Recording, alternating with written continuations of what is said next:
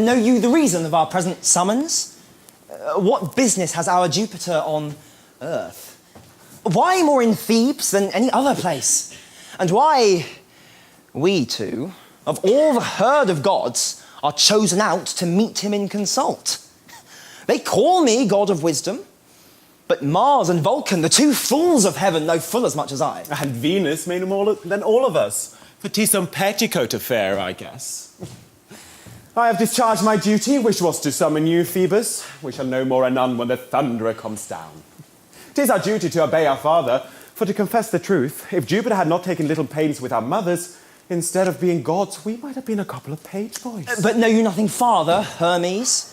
What news in court? There's been a devilish quarrel betwixt Jupiter and his wife Juno. She threatened to sue him for some matrimonial omissions, and he stood upon his prerogative. Then she hit him on the teeth with all his bastards, and your name in wine with useless less reverence that became our godships. They were both in their cups. And at the last, the matter grew so high, they were ready to throw stars at one another's heads. Well, 'tis happy for me that I was at my vocation, driving daylight about the world. But I had rather hear my father's thunderbolts than my stepmother's railing. And when the tongue battle was over, Jupiter beckons me aside and charges me that as soon as ever you had returned, you and I should meet him here at Thebes. Now, as dark as it is, methinks I begin to see daylight. At a word, Jupiter is indulging his genius tonight with a certain noble sort of recreation called wenching. Adultery is his proper name. Jupiter would do well to stick to his wife Juno. He has been married to her above these 100 years. That's long enough in conscience to stick to one woman. She's his sister too, as well as his wife. That's a double tie of affection to her. Nay, if he made bold with his own flesh and blood, 'tis likely he will not spare his neighbours. If I were his wife, I would raise a rebellion against him for the violation of my bed. Thou art mistaken. His wife could raise no faction. All the deities in heaven would take the part of the cuckold-making god, for they are all given to the flesh most damnably. If so, Mercury, then I, who am a poet, must compose his love letter.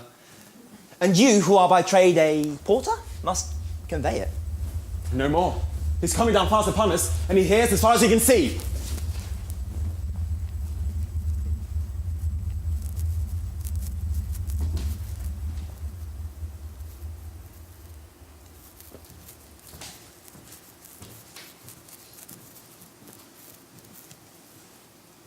What?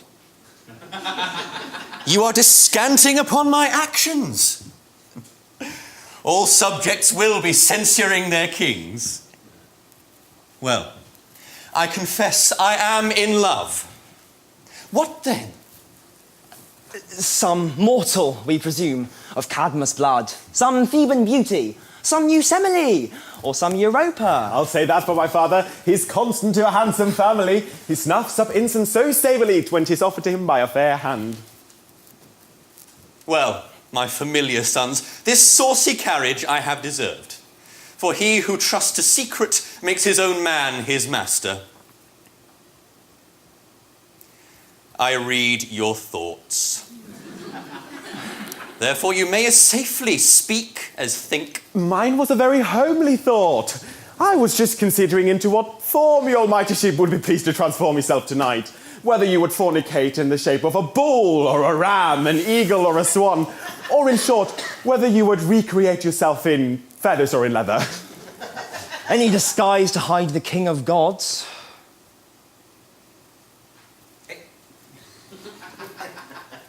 I know your malice, Phoebus. You would say that when a monarch sins, it should be secret, to keep exterior show of sanctity, maintain respect, and cover bad example. For kings and priests are, in a manner, bound, for reverence sake, to be close hypocrites. But what necessitates you to this love, which you confess a crime, and yet commit? For to be secret makes not sin the less. 'Tis merely hidden from the common view. Maintains, indeed, the reverence due to princes, but not absolves the conscience from the crime. I love, because 'twas in the fates I should. With reverence be it spoke, a bad excuse. Thus, every wicked act in heaven or earth may make the same defence. But what is fate? Is it a blind contingence of events, or sure necessity of causes linked, which must produce effects? Or is a power which orders all things by superior will foresees his work and works in that foresight. Fate is what I, by virtue of omnipotence, have made it. And power omnipotent can do no wrong. Not to myself, because I willed it so, nor yet to men, for what they are is mine. This night I will enjoy Amphitryon's wife. For when I made her, I decreed her such as I should please to love. I wrong not him whose wife she is, for I reserved my right to have her while she pleased me. That, once past, she shall be his again. Here's omnipotence with a vengeance. To make a man a cuckold, and yet not to do him wrong. You kings never enact a law, but you have an eye to your own prerogative. If there be no such thing as right and wrong of an eternal being, I have done. But if there be, then you... Peace, thou disputing fool. Learn this. If thou couldst comprehend my ways, then thou wert Jove, not I. Yet, thus far know that for the good of humankind, this night I shall beget a future Hercules, who shall redress the wrongs of injured mortals, shall conquer monsters and reform the world. Aye, Brother Mercury, and our father made all those monsters for Hercules to conquer. And contrived all those vices on purpose for him to reform too. There's a jest on it. Since arbitrary power will hear no reason, 'tis wisdom to be silent. Why? That's the point. This same arbitrary power is a knockdown argument. 'Tis but a word and a blow. Now methinks our father speaks out like an honest, bare-faced god, as he is. He lays the stress in the right place upon absolute dominion. I confess, if he had been a man, he might have been a tyrant, if his subjects had durst called him to account.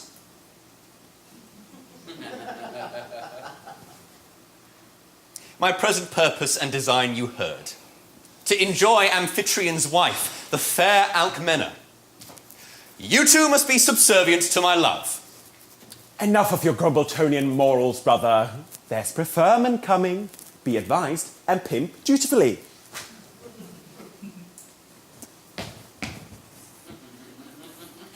Amphitryon, the brave Theban general, has overcome his country's foes in fight and in a single duel slain their king. His conquering troops are eager on their march, returning home, while their young general, more eager to review his beauteous wife, posts on before, winged with impetuous love, and by tomorrow's dawn will reach this town. That's but a short warning, Father Jupiter, having made no former advances of courtship to her. You will have need of all your omnipotence and all your godship if you mean to be beforehand with him. Then how are we to be employed this evening? Time's precious, and these summer nights are short. I must be early up to light the world. You shall not rise. There shall be no tomorrow. Then the world's to be at an end, I find. Or else a gap in nature of a day. A day will be well lost to busy man. Night shall continue sleep, and care shall cease. So many men shall live, and live in peace, whom sunshine had betrayed to envious sight, and sight to sudden rage, and rage to death. Now, I will have a night for love and me. A long, luxurious night fit for a god to quench and empty his immortal heat. I'll wager on the woman's side that she loves longest tonight despite your omnipotence. I shall be cursed by all the labouring trades at early rise. But you must be obeyed. No matter for the cheating part of man. They have a day's sin less to answer for. When would you have me wake? Why, when Jove goes to sleep. When I have finished, your brother Mercury shall bring you word.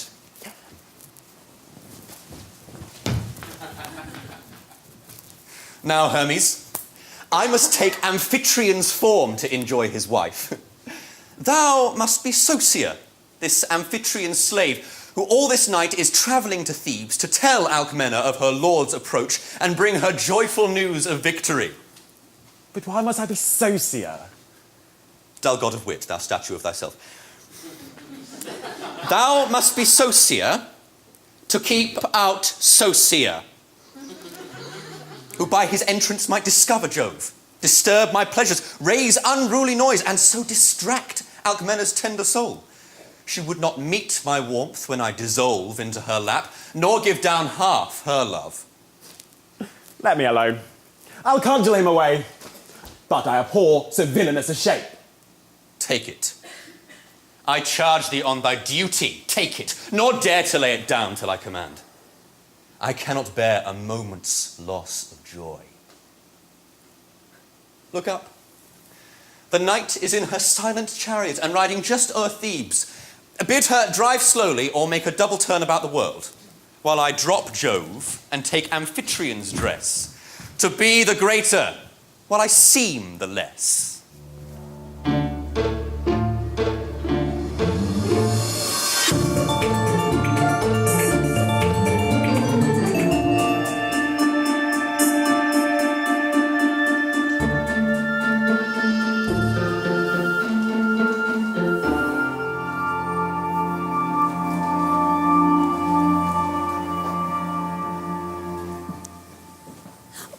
I married to the man I love.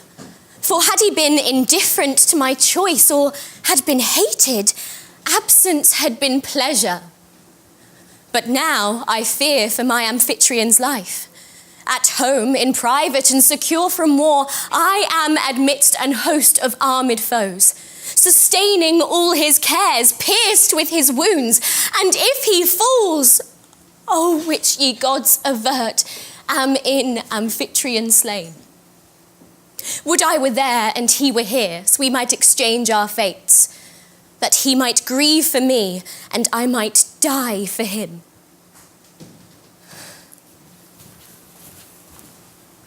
Good news, madam. Oh, such admirable news that if I kept it in a moment, I should burst with it. Is it from the army? No matter. From Amphitryon? No matter, neither. Answer me, I charge thee, if thy good news be anything relating to my lord. If it be, assure thyself of a reward. Aye, madam. Now you say something to the purpose.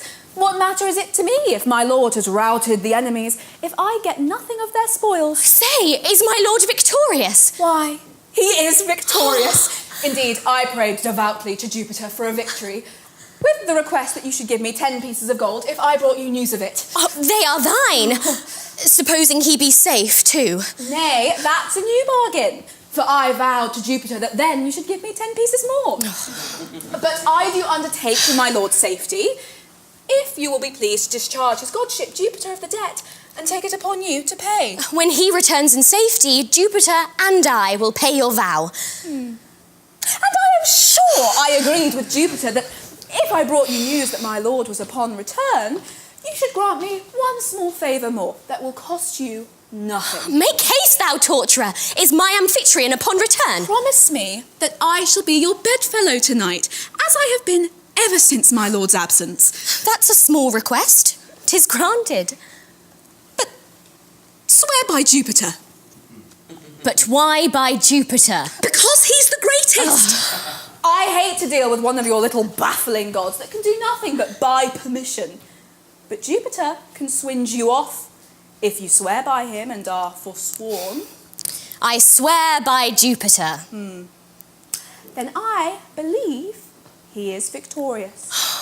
And I know he is safe. For I saw him knocking at the palace gate, and I had the conscience to let him cool his heels there. And wouldst thou not open to him? Oh, thou traitress! No, I was a little wiser. I left Sosia's wife to let him in, for I resolved to bring you the news and make my pennyworths out of him, as time shall show.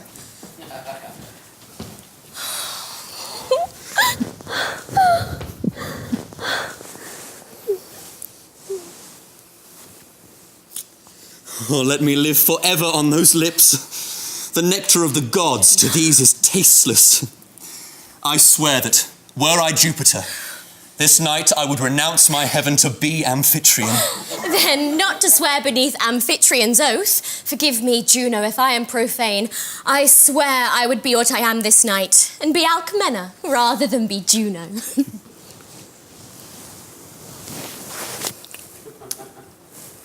Good, my lord. And what's become of my poor bedfellow, your man Sosia? You keep such a billing and cooing here, it sets one's mouth a-watering. Though I am a poor woman, I have a husband as well as my lady, and should be as glad as she of a little honest recreation. And what have you done with your old friend and my old sweetheart, Judge Grippus?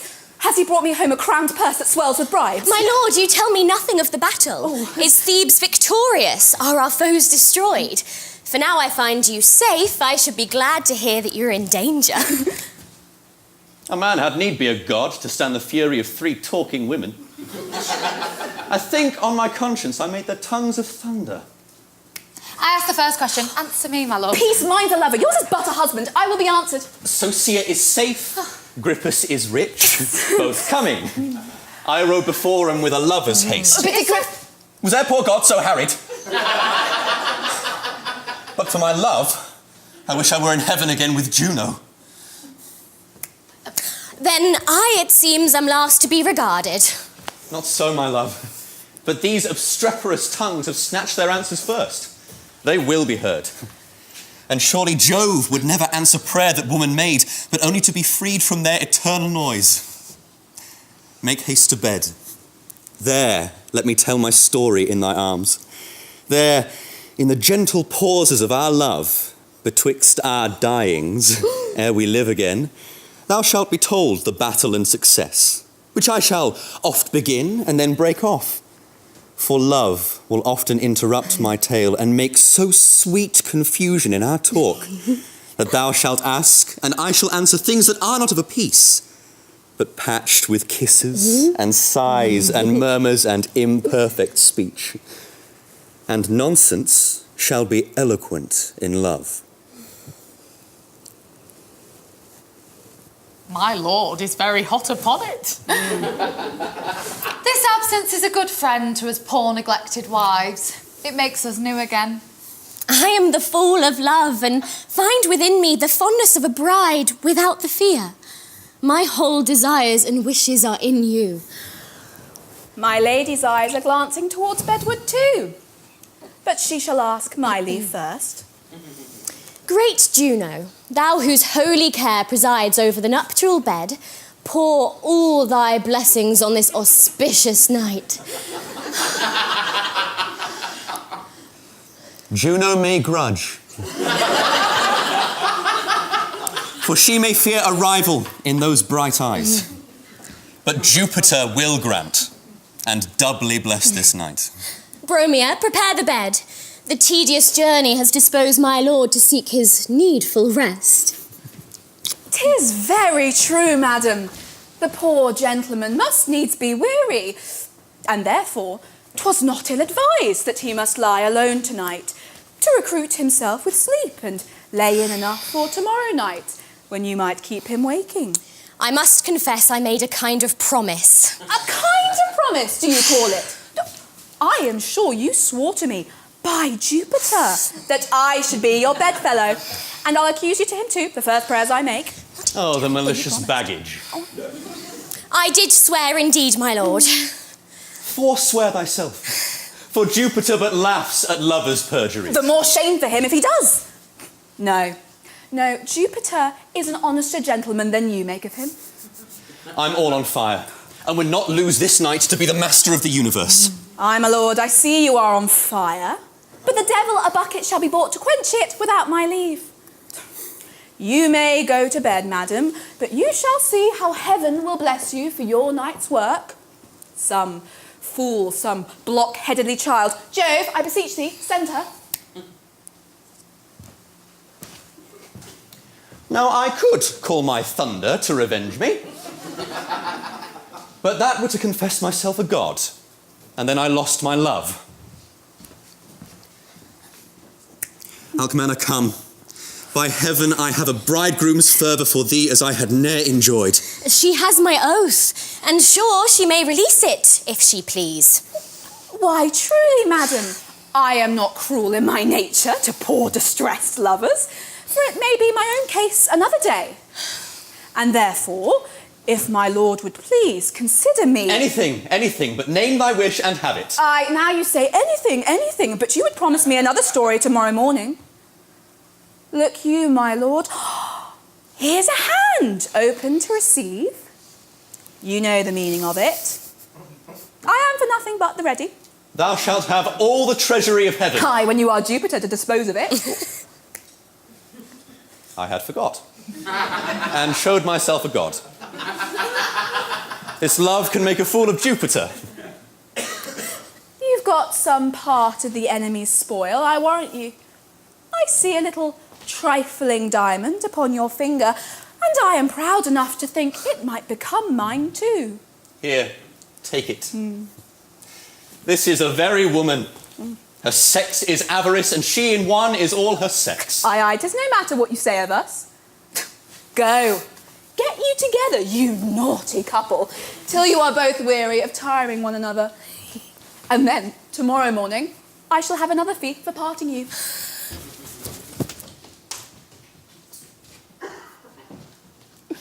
Why, now I am indeed the lord of all. For what's to be a god but to enjoy? Let humankind their sovereign's leisure wait. Love is this night my great affair of state.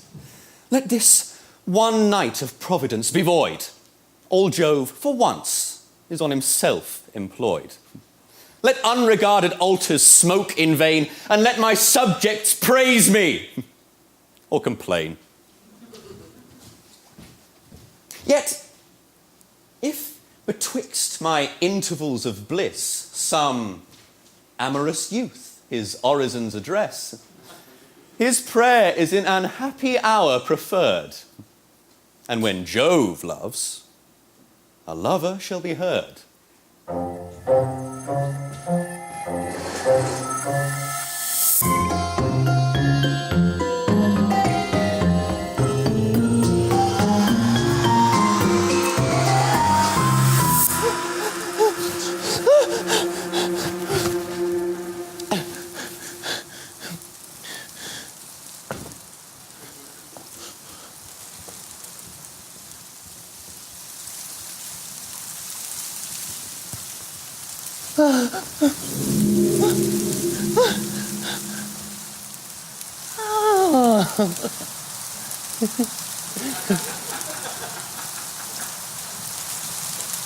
Was not the devil in my master to send me out in this dreadful dark night to bring news of his victory to my lady? And was not I possessed with 10 devils for going on his errand without an escort for the safeguard of my person? Lord, how I am melted into sweat with fear. I'm diminished of my natural weight above 2 stone.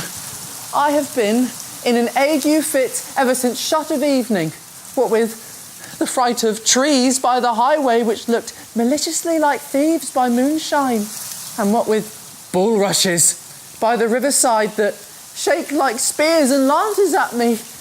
Well, the greatest plague of a serving man is to be hired to some great lord. They care not what drudgery they put upon us while they lie, lolling at their ease abed, stretch out their lazy limbs in expectation of the haul which we are fetching for them. He's but a poor mortal that suffers this. But I, who am a god, am degraded to a foot pimp, a waiter without doors. A very civil employment for a deity.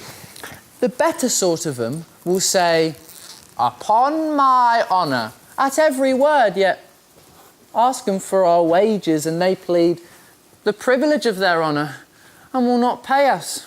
Nor let us take the privilege of the law upon them.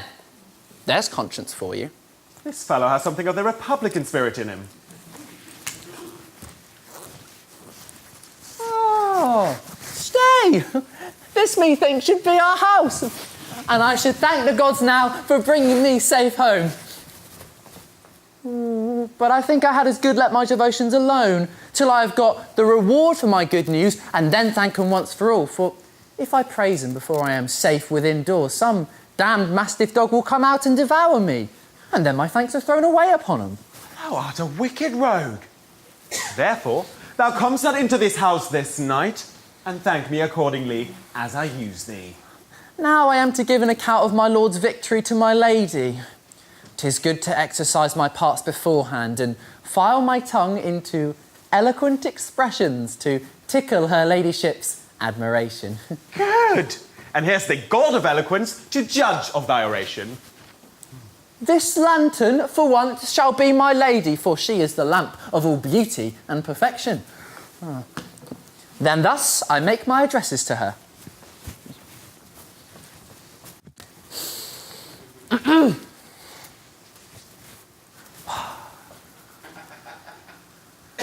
Madam, my lord has chosen me out as the most faithful, though the most unworthy of his followers, to give your ladyship this following account of our glorious expedition.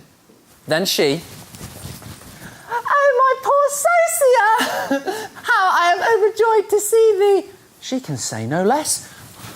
"Madam, you do me too much honour, and the world will envy me this glory." Well answered on my side.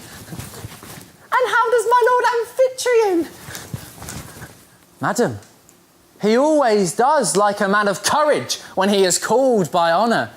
There I think I nicked it. But when will he return?" "As soon as he possibly can, but not so soon as his impatient heart could wish him with your ladyship." "Where the devil did I learn these elegancies and gallantries?" So he has all the natural endowments of an idiot and only lacks the education.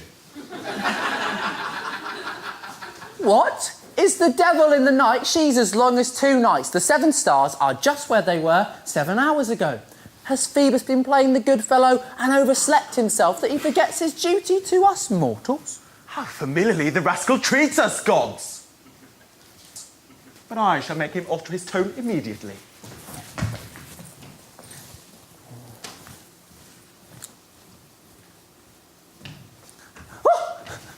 How now? What did my eyes deceive me? Or is my dark lantern false to me? Is not that a giant before our door? Or a ghost of somebody slain in the late battle? If he be, 'tis unconscionably done to fright an honest man thus, who never drew weapon wrathfully in all my life. Whatever wight he be, I'm devilishly afraid. That's certain. But 'tis discretion to keep my own counsel. I'll sing that I may seem valiant. It being the springtime of the year, the flowers were freshly blooming. A young man... Saucy companion is this that deafens us with his hoarse voice? I shall teach the village to leave off caterwauling. I would have had courage, for his sake, that I might teach him to call my singing caterwauling, an illiterate rogue, an enemy to the muses and to music. There's an ill smell that offends my nostrils, and it wafteth this way. He has smelt me out. My fear has betrayed me into this smell. I am a dead man. The bloody villain is at his fee-fi-fum already. Stand, who goes there? A friend. What friend? Why, a friend to anyone in the world who will give me leave to live peaceably. I defy peace and all its works. My arms are out of exercise. They've mauled nobody these 3 days. I long for an honourable occasion to pound a man and lay him asleep at the first blow. That would almost do me a kindness, for I have been kept waking without tipping 1 wink of sleep these 3 nights. Of what quality are you, fellow? Why, I am a man, fellow. Courage, Sosia. What kind of man? Why, a 2-legged man. What man should I be? I must bear up to him. He may prove as errant a milksop as myself. Thou art a coward, I warrant thee. Do not I hear thy teeth chatter in thy head? Aye. That's only a sign they would be snapping at thy nose. Bless me, what an arm and fist he has, with great thumbs too, and the knuckle bones of a very butcher. Sirrah, from whence come you and whither go you? Answer me directly, upon pain of assassination. I am coming from whence I came, and going whither I go. That's directly home. Though this is somewhat an uncivil manner of proceeding at the first sight of a man, let me tell you. Oh, then, to begin our better acquaintance, let me first make you a small present of this box on the ear. Oh, if I were as choleric a fool as you now, it would be fine work betwixt us two. But I am a little better bred than to disturb the sleeping neighbourhood. And so, good night, friend. Hold, sir. You and I must not part so easily. Once more, whither are you going? Why, I'm going as fast as I can to get out of the reach of your clutches. Let me but only knock at that door there. What business have you at that door, sirrah? This is our house. and when I'm got in, I'll tell you more. Whose house is this, that you're so familiar to call it ours? 'Tis mine, in the first place, and next my master's, for I lie in the garret, and he lies under me. Have you, master, and you no names? His name is Amphitryon. Hear that and tremble. What, my Lord General? Oh. Has his name mollified you? I have brought you down a peg lower already, friend. And your name is? Lord. Lord, friend. You are so very troublesome. What should my name be but Sosia? How? Sosia, say you? And how long have you taken up that name, Sarah? Here's a fine question. Why, I never took it up, friend. It was born with me. What? Was your name born Sosia? Take this remembrance for that lie. Hold, sir. What offence has my name done you that you should beat me for it? S-O-S-I-A. They are as civil, honest, harmless letters as any are in the whole alphabet. I have no quarrel to the name. But that isn't too good for you, and 'tis none of yours. What? Am not I Sosia, say you? No. I should think you are somewhat drunkenly disposed. If you had not beaten me in such sober sadness, you would persuade me out of my heathen name, would you? Say your Sosia again at your peril, Sarah. I dare say nothing, but thought is free. But whatever I'm called, I am Amphitryon's man, and the first letter of my name is S too. You would best tell me that my master did not send me home with news of his victory to my lady. I say he did not. Lord, friend, one of us two is horribly given to lying. But I do not say which to avoid contention. I say my name is Sosia, and yours is not. I would you could make good your words, for then I should not be beaten, and you would. I find you would be Sosia if you durst, but if I catch you thinking so... I hope I may think I was Sosia, and I can find no difference between my former self and my present self, but that I was plain Sosia before, and now I'm beaten Sosia. Take this! For being so impudent to think so. Oh, truce a little. I beseech thee. Oh. But will you give me leave to argue the matter fairly with you, and promise not to beat me again if I can prove to be that man I was before I was beaten? Proceed in safety. I promise I will not beat you. In the first place, then, is not this town called Thebes? Undoubtedly. And is not this house Amphitrion's? Who denies it? I thought you would have denied that too, for all hangs upon a string. Remember then that those two preliminary articles are already granted. In the next place, did not the foresaid Amphitryon beat the Teleboans, kill their king Terrorlus, and send a certain servant, meaning somebody that for sake's sake shall be nameless, to bring a present to his wife Alcmena, and of his resolution to return tomorrow? This is all true, to a very tittle. But who is that certain servant? There's all the question. I say I am Sosia, Amphitryon's man. What reason have you to urge against it? What was your father's name? Davus, who was an honest husbandman, whose sister's name was Harpagay, who died in a foreign country. So far you are right, I must confess. And your wife's name is? Romeo, a devilish shrew of a tongue and a vixen of her hands, that leads me a miserable life. She beats me every morning when I've risen from bed without having first... I understand you. By many a sorrowful token. This must be I. And yet now I think on it, if I am I, as I am I, it cannot be I. All these circumstances he might have heard, but I will now interrogate him upon some private knowledges. What was the present that Amphitryon sent by you or me, no matter which of us, to his wife Alcmena? A buckle of diamond consisting of 5 large stones. And where are they now? In a case, sealed with my master's coat of arms. This is prodigious, I confess. But yet 'tis nothing. Now I think on it, for some false brother may have revealed it to him. But I have another question to ask of you, of somewhat that passed only betwixt myself and me. If you were Sosia, what were you doing in the heat of battle? What a wise man should, that has respect for his own person. I ran into a tent and hid amongst the baggage. And how did you pass your time in that same tent? there stood a hogshead of old wine, which my master had reserved me for his own drinking. Oh, the devil.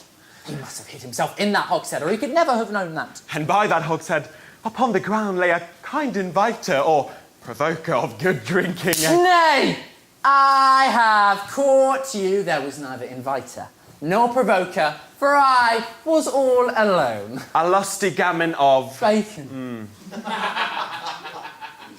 That word has made quite an end of me. Let me see. This must be I, in spite of me.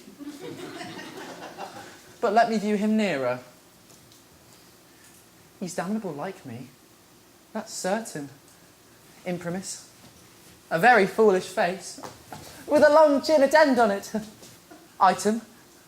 One pair of shambling legs with 2 splay feet belonging to them. And from head to foot all my bodily apparel. Well, you are Sosia. There's no denying it, but what am I then? For my mind gives me I am somebody still if I knew but who I were. When I have a mind to be Sosia no more, then thou mayst be Sosia again. I have but one request more to put to thee, though not as Sosia, yet as a stranger, that I may go into that house and carry a civil message to my lady. Oh no, sirrah. Not being Sosia, you have no message to deliver, nor no lady in this house. Thou canst not be so barbarous to let me lie here in the street after such a journey and such a beating. And therefore, I am resolved to knock at the door in my own defence. If you come near that door, sirrah, I recall my word and break off the truce, and then you can expect my cudgel! I'll rather beat it back upon the hoof to my lord Amphitryon to see if he will acknowledge me for Sosia. If he does not, I am no longer his slave. There's my freedom. Dearly purchased with a sword drubbing. If he does acknowledge me, then I am Sosia again. So far, 'tis tolerably well. But then I will have a second beating for an unfortunate ambassador as I am, and that's intolerable.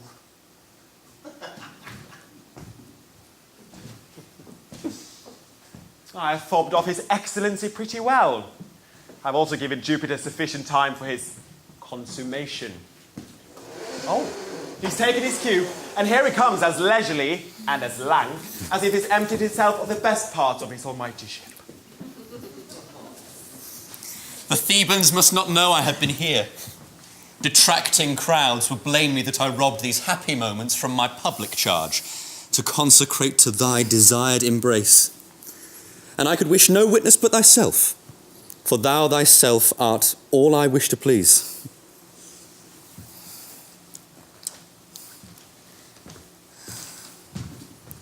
Oh, so long an absence and so short a stay. What but one night?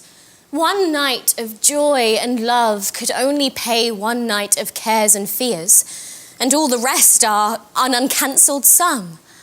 Curse on this honour and this public fame. Would you had less of both and more of love? Alcmena, I must go. Not yet, my lord. Indeed, I must. Indeed, you shall not go. Behold the ruddy streaks o' yonder hill.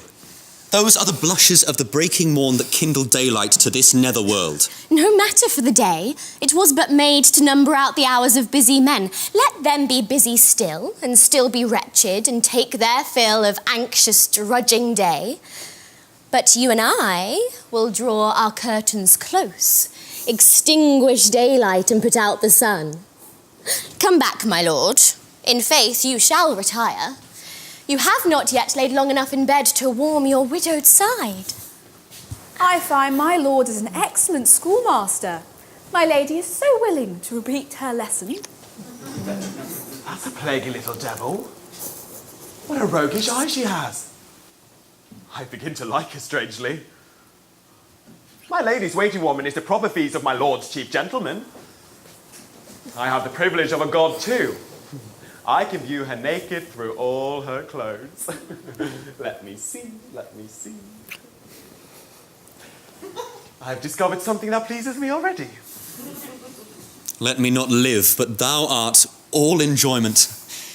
So charming and so sweet that not a night, but whole eternity were well employed to love thy each perfection as it ought. I'll bribe you with this kiss to stay a while.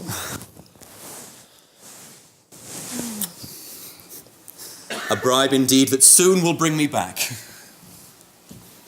But to be just, I must restore your bribe. How I could dwell forever on those lips. Oh, I could kiss them pale with eagerness. So soft by heaven and such a juicy sweet that ripened peaches have not half the flavour. Oh, ye miserly gods, you make our lives too long.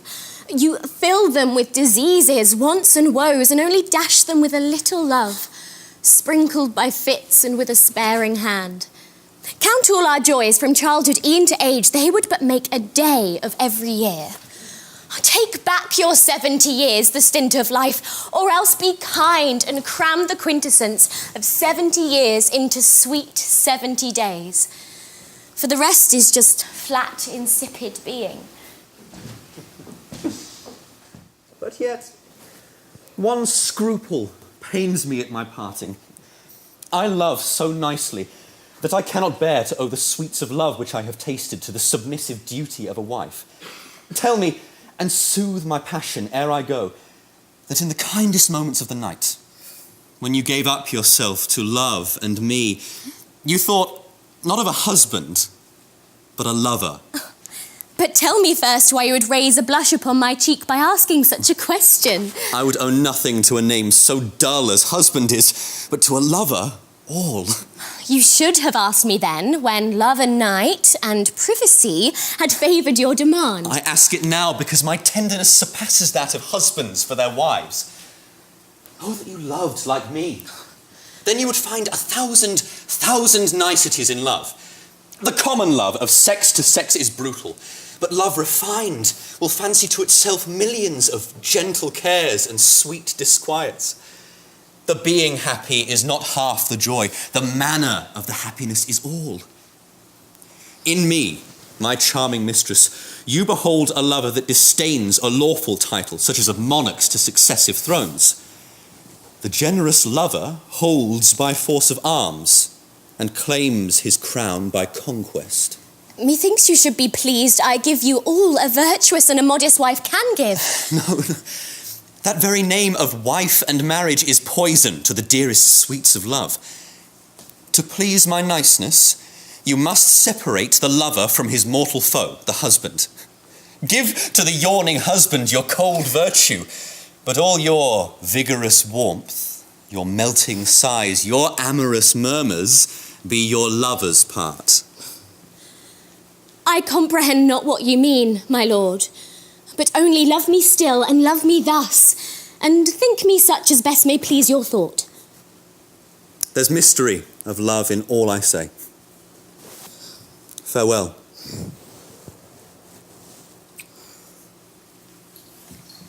And when you see your husband next, think of your lover then.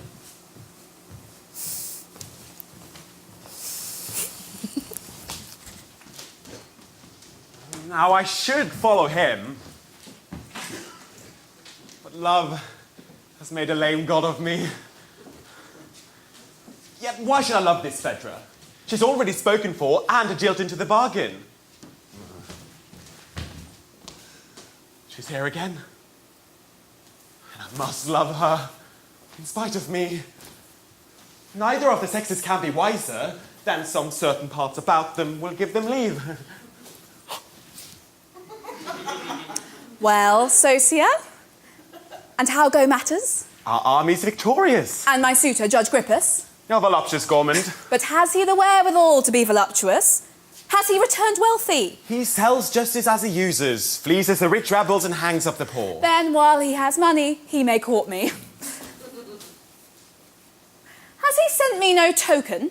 Yes, a kiss. And by the same token, I am to give it to you as a remembrance of him. How now? Impudent! A beggarly serving man presume to kiss me? Suppose I were a god and should make love to you. I would first be satisfied whether you were a poor god or a rich god. Suppose I were Mercury, the god of merchandise. What? The god of small wares and fripperies, of peddlers and pilferers. How the gypsy despises me. I had rather you were Plutus, the god of money, or Jupiter in a golden shower. He had the art of making love. Dost thou think that kings, or gods either, get mistresses by their good faces? No. 'Tis the gold and the presents they can make. There's the prerogative they have over their fair subjects. All this notwithstanding, I must tell thee, pretty Phaedra, I'm desperately in love with you. And I must tell thee, ugly Sosia, thou hast not the wherewithal to be in love. Yes, a poor man may be in love, I hope. I grant a poor rogue may be in love, but he can never make love. Alas, Sosia, thou hast neither face to invite me, nor gold to bribe me. And besides all of this, thou hast a wife. Poor, miserable Sosia. What hope, Romeo? Oh, the massless creature! What does I conjure up that sprite of a wife? To rid myself of that devil of a poor lover. Since you are so lovingly disposed, I'll put you together to exercise your fury on your own wedlock. And what bring you, I say? Make haste! Here's a vessel of yours full freighted that's going off without paying duties. Since thou wilt not let me steal custom, she shall have all the cargo I've gotten in the wars. Well, thou might have lent me a little creek to smuggle in. Why? What did you get? When the enemy was routed, I had the plundering of a tent. That is to say, a house of canvas with movables of straw. It Romeo! was the general's own tent. You durst not fight, I'm certain. And therefore came last in, when the rich plunder was gone beforehand. Romeo! Prithee, do not call so loud. A great goblet that holds a gallon. Of what was the goblet made? Answer me quickly, for I am calling just very loudly. Romeo! Beaten gold. Now call aloud if thou dost not like the metal.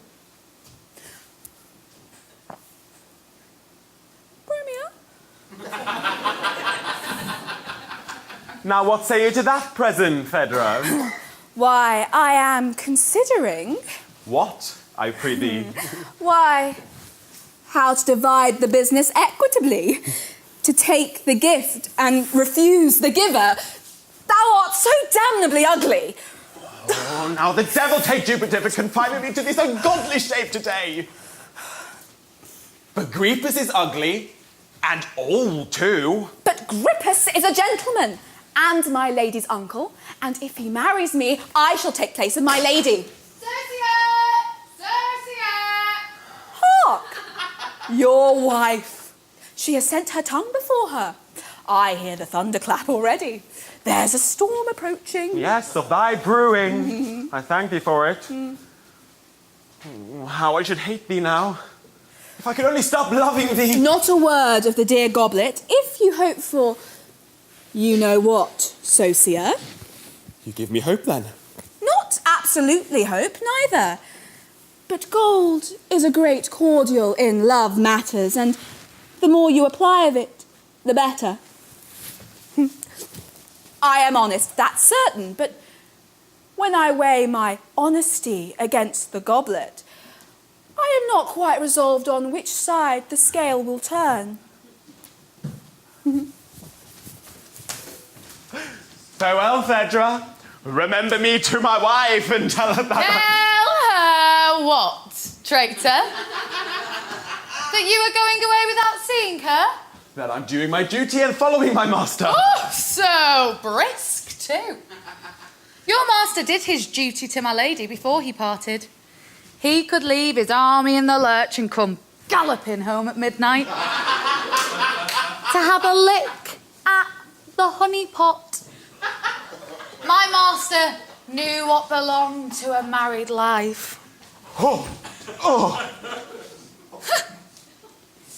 But you, Sirrah, you trencher-carrying rascal, you worse than Dunkill cock that stood clapping your wings and crowing without doors when you should have been at roost, you villain! Hold your peace, Dame Partner, and leave your cackling.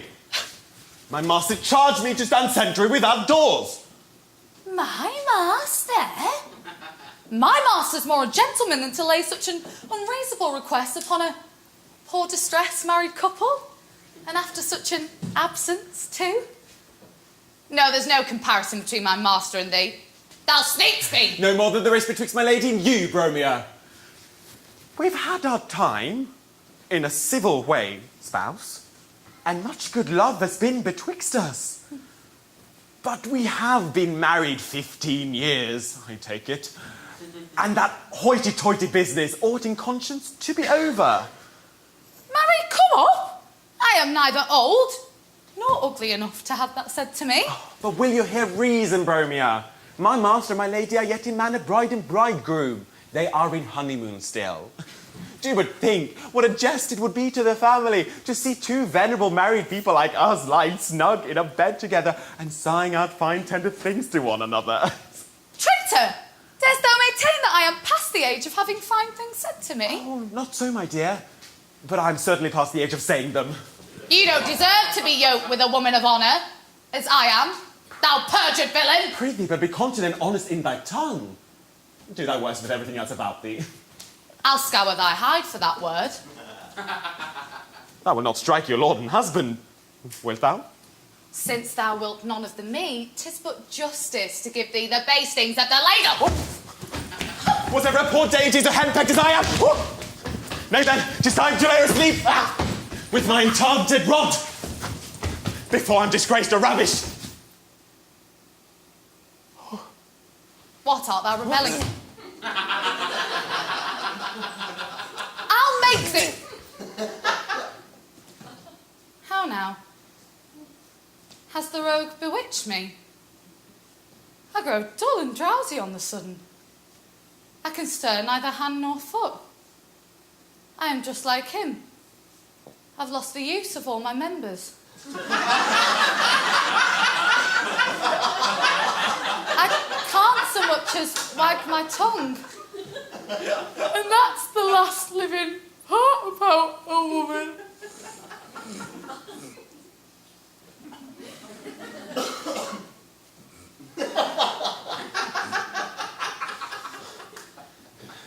Lord, will I have suffered to be but a counterfeit married man one day? If ever I come to this house a husband again, then... And yet that then was a lie. For while I am in love with this young gypsy Phaedra, I must return. But come thou here, thou type of Juno, that lacks nothing of a tongue but the immortality. If Jupiter ever let thee set foot in heaven, Juno will have a rattling second of thee, and there will never be a fair day in heaven or earth after it. For two such tongues will break the poles asunder, and hourly scolding make perpetual thunder.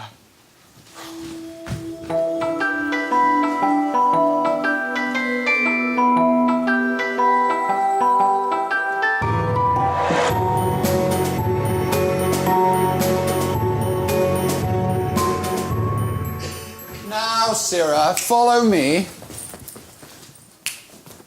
Thou shalt be convinced at thy own cost, villain. Such improbabilities, such stuff, such nonsense. I am but a slave and you are master, and a poor man is always to lie when a rich man is pleased to contradict him. But as sure as this is our house... Oh, so sure. 'Tis thy place of execution. Thou art not made for lying, neither.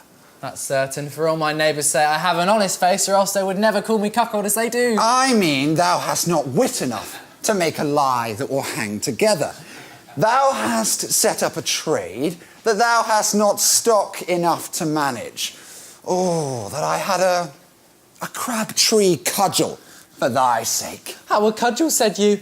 Oh, the devil take Jupiter for inventing that hard-hearted, merciless knobby-wood. Oh, the bitterness is yet to come. Thou hast had but a half dose of it?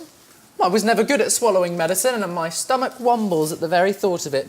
But if I must have a second beating, in conscience, let me strip first, that I may show you the black and blue streaks upon my sides and shoulders. I'm sure I suffered them in your service. To what purpose wouldst thou show them? Why, to the purpose that you may not strike me upon the sore places, and that as he beat me last night crossways, so you would please to beat me long ways, to make clean work on it, so at least my skin may look like checker work. This request is too reasonable to be refused, but that all things may be done in order. Tell me over again the same story, that a blow may follow in due form for every lie. To repetition, rogue, to repetition. No. It shall all be a lie, if you please, and I'll eat my words to save my shoulders. Aye, sirrah, now you find you are to be disproved, but 'tis too late. To repetition, rogue, to repetition. With all my heart, to any repetition but the cudgel. But would you be pleased to answer me one civil question? Am I to use complacence to you as to a great person that will have all things said your own way? Or am I to tell you the naked truth alone, without the ceremony of a further beating? Nothing but the truth and the whole truth, so help thee, cudgel. That's a damn conclusion of a sentence. But since it must be so, back and sides, at your own peril. I set out from the port in an unlucky hour, the dusky canopy of night, enveloping the hemisphere. Imprimis, for fustian. Now, proceed. I stand corrected. In plain prose, then, I went darkling and whistling to keep myself from being afraid, mumbling curses betwixt my teeth for being sent at such an unnatural time of night. How, sirrah? Cursing and swearing against your lord and master. Take this. Hold, sir! Pray consider if this be not unreasonable to strike me for telling the whole truth when you commanded me. Shh!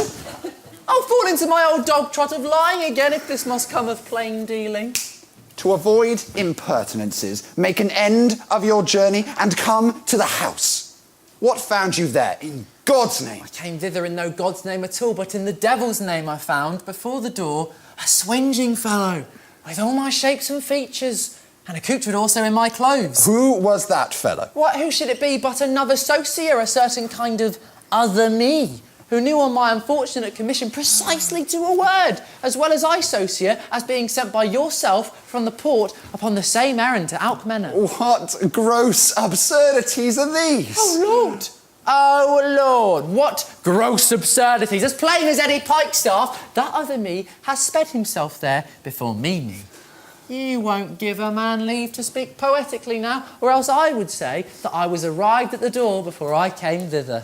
This must either be a dream, or drunkenness, or madness in thee. Leave your buffooning and lying. I'm not in humour to bear it, sirrah. I would you should know I scorn a lie and am a man of honour in everything, but just fighting. I tell you once again in plain sincerity and simplicity of heart that before last night I never took myself but for one single individual Sosia, but coming to our door I found myself, I know not how, divided and, as it were, split into two Sosias. Leave buffooning. I see that you would make me laugh, but you play the fool scurvily. Now, that may be, but if I am a fool, I'm not the only fool in this company.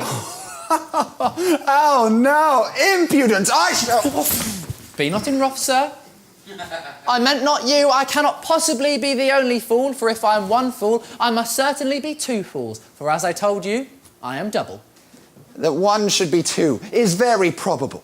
Be brief and come to a conclusion. What would you have, sir? I came thither, but the other eye was there before me, for that there were two eyes is as certain as that I have two eyes in this head of mine. And this eye, that am here, was weary, and the t'other eye was fresh. This eye was peaceable, and the t'other eye was a hectoring bully eye. And thou expects I should believe thee? No, for I could never have believed it myself if I had not been well beaten into it, but a cudgel, you know, is a convincing argument in a brawny fist. What should I say but that I was compelled at last to acknowledge myself?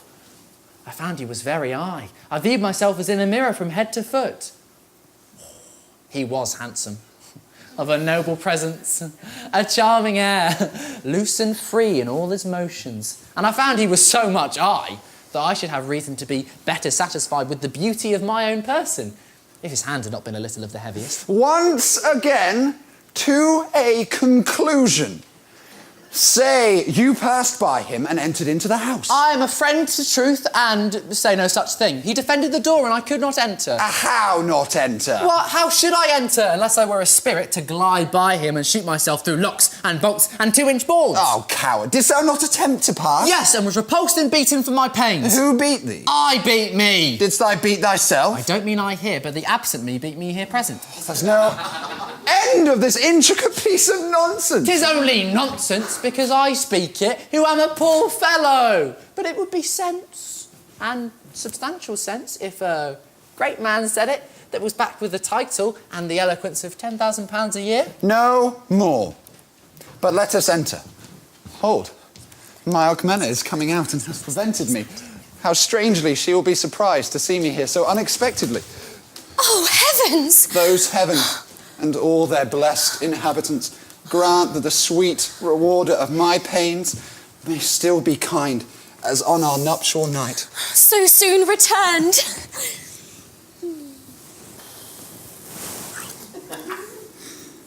So soon returned?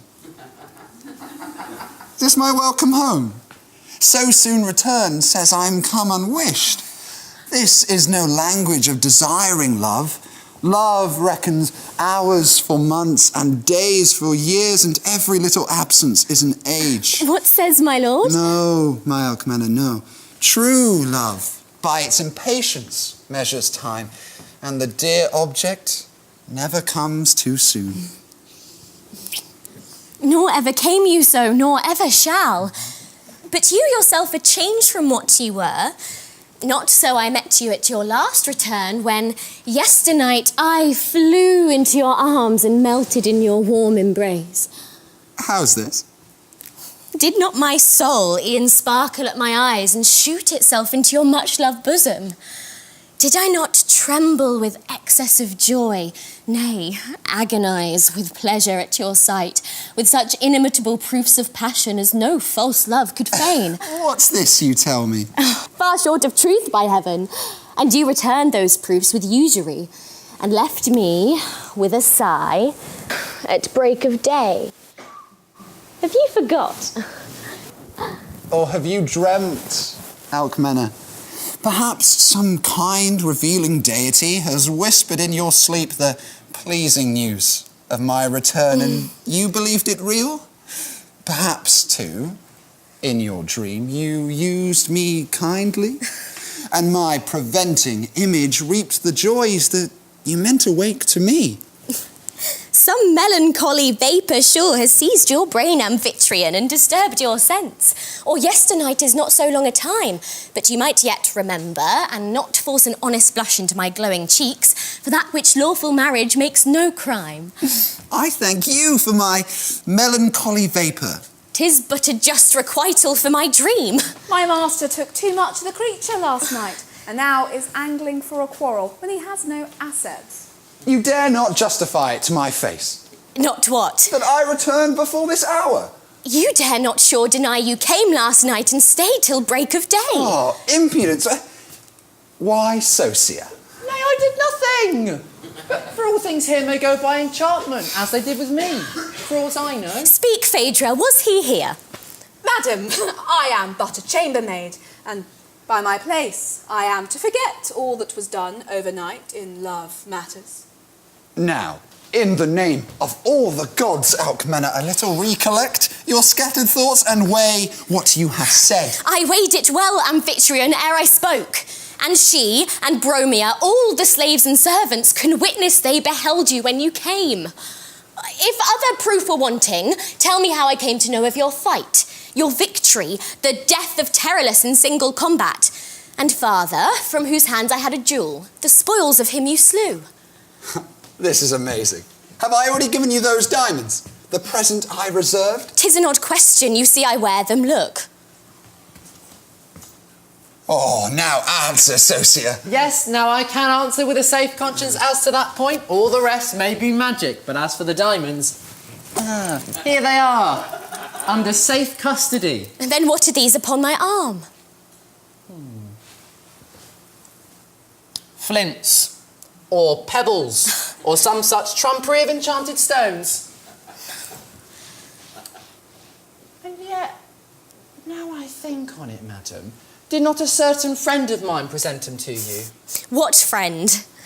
Why, another Sosia, one who made himself Sosia in my despite, and also unsociated me. Sirrah, leave your nauseous nonsense. Break open the seal and take out the diamonds. More than 2 words to a bargain, sir, I thank you. That's no part of prudence for me to commit burglary upon the seals. Do you look first upon the signet and tell me, in your conscience, whether the seals be not as firm as when you clapped the wax upon them? The signature is firm. Then take the signature into your own custody and open it, for I will have nothing done at my proper peril. Oh, heaven, here's nothing but an empty space, the nest where they were laid. Then if the birds are flown, the fault's not mine. Okay. Here's been fine conjuring work, or else the jewel, knowing to whom it should be given, took occasion to steal out by a natural instinct and tied itself upon that pretty arm. Can this be possible? Yes! Very possible! You, my lord Amphitryon, may have brought forth another you, my lord Amphitryon, as well as I, Sosia, have brought forth another me, Sosia. And our diamonds may have procreated these diamonds, and so we are all 3 double. A chilling sweat.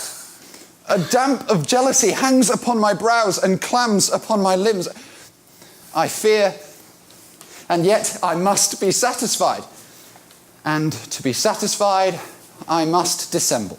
Why muse you so and murmur to yourself? If you repent your bounty, take it back. Oh, not so. But if you please, relate what passed at our last interview. That question would infer you were not here. I say not so. I only would refresh your memory and have my reasons to desire the story. The story is not long. You know I met you, kissed you, and pressed you close within my arms with all the tenderness of wifely love. I could have spared that kindness. And what did I? You strained me with a masculine embrace as you would squeeze my soul out. Did I so? You did. Confound those arms that were so kind. Proceed. You would not stay to sup, but much complaining of your drowsiness and want of natural rest. Made haste to bed, huh? Was not so? Go on. I have no more to say. Why? Went we not to bed? Why not? Is it a crime for husband and for wife to go to bed, my lord? Perfidious woman. Ungrateful man. She justifies it too. I need not justify. Of what am I accused? Of all that prodigality of kindness given to another and usurped from me. So bless me, heaven, if since my first departure I ever set my foot upon this threshold. So am I innocent of all those joys and dry of those embraces. Then I, it seems, am false. Oh, surely false, as what thou sayest is true. I have betrayed my honour and my love, and am a foul adulteress. What thou art, thou stands condemned to be by thy relation. Oh, go, thou unworthy man, forever go. No more my husband, go, thou base impostor, who takes to vile pretence to taint my fame, and, not content to leave, wouldst ruin me. Enjoy thy wished divorce. I will not plead my innocence of this pretended crime. I need not. Spit thy venom, do thy worst. But no, the more thou wouldst expose my virtue, like purest linen laid in open air, 'twill bleach the more and whiten to the view. 'Tis well thou art prepared for thy divorce. For know thou too, that after this affront, this foul indignity done to my honour, divorcement is but petty reparation. But since thou hast with impudence affirmed my false return, and bribed my slaves to vouch it, the truth shall in the face of Thebes be cleared. Thy uncle, the companion of my voyage, and all the crew of seamen shall be brought, who were embarked, and came with me to land, nor parted, till I reached this cursed door. So shall this vision of my late return stand a detected lie. And woe to those who thus betrayed my honour. Sir, shall I wait on you? No, I will go alone. Expect me here. Please you that I can... Oh, nothing now can please me.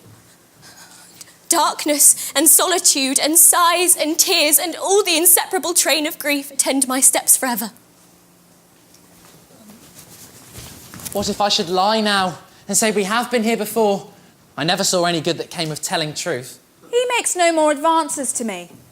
I begin a little to suspect that my gold goblet will prove but copper. Yes, 'tis resolved. I will lie abominably against the light of my own conscience, for suppose that other Sosia has been here. Perhaps that strong dog has not only beaten me, but has also been predominant upon my wife and most carnally misused her. Now, by asking certain questions of her, with a side wind, I may come to understand whether my nuptial bed be violated. He has learned impudence of his master and will deny his being here. But that shall not serve his turn to cheat me of my present. Why, Sosia? What? In a reverie? A little cogitibund or so concerning this dismal revolution in our family. But that should not make you neglect your duty to me, your mistress.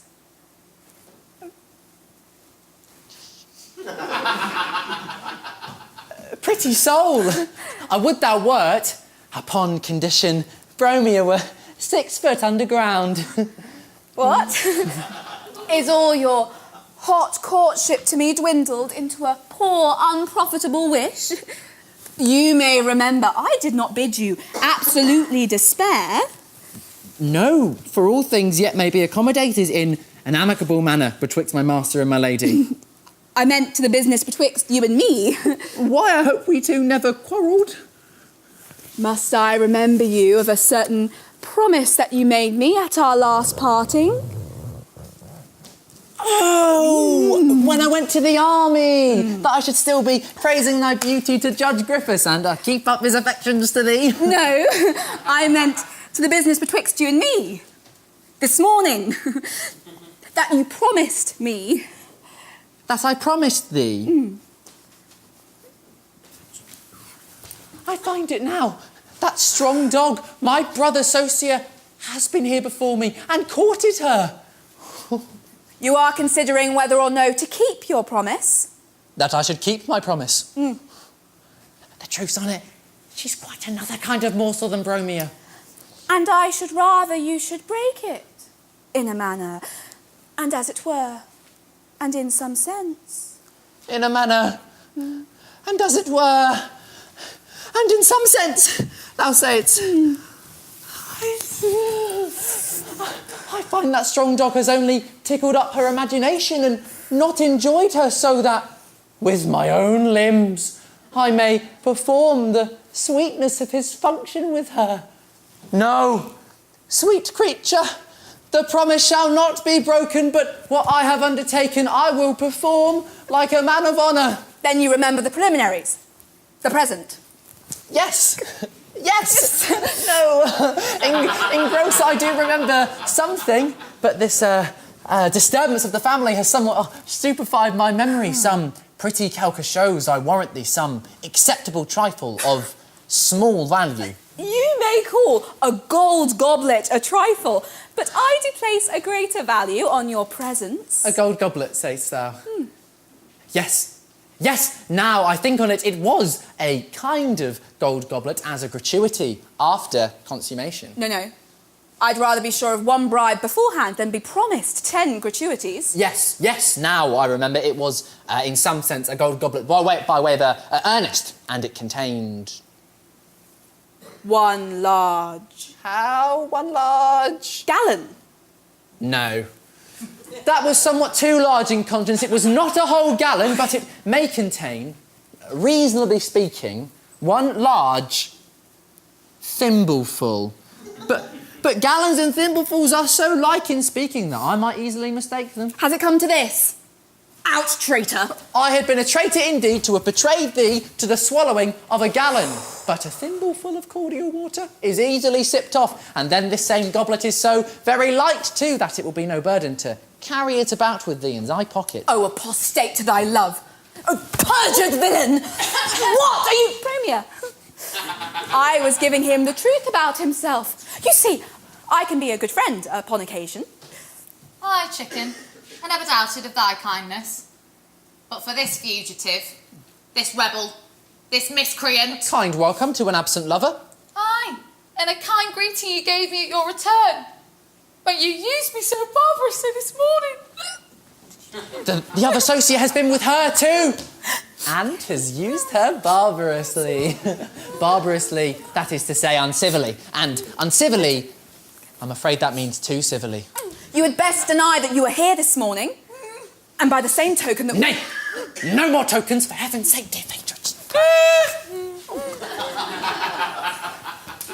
Now must I ponder with myself a little, whether it be better for me to have been here or not to have been here this morning. Phaedra, my lord's without and will not enter till he has first spoken with you. Oh, that I could stay to help worry thee for this abuse. But the best on it is, I leave thee in good hands. Farewell, Thimble. To him, Bromia. No. You did not beat me and put me into a swoon and deprive me of the natural use of my tongue for a long half hour. You did not beat me down with your little wand. But I shall teach you to use your rod another time. I shall. Put her into a swoon with my little wand and so forth. That's more than ever I could do. This is terrible evidence that some Sosia or other has been here. Now, if he has literally beaten her, I thank thee, brother Sosia. He has but done what I would have done if I had dared. But I'm afraid it was only a damned love metaphor, and that the wand that laid her asleep might signify the peacemaker. Now you are snuffling upon a cold scent for some pitiful excuse. I know you. 20 to 1, you will plead a drunkenness. You are used to be pot valiant. I was pumping, and I thanked her. She had invented for me.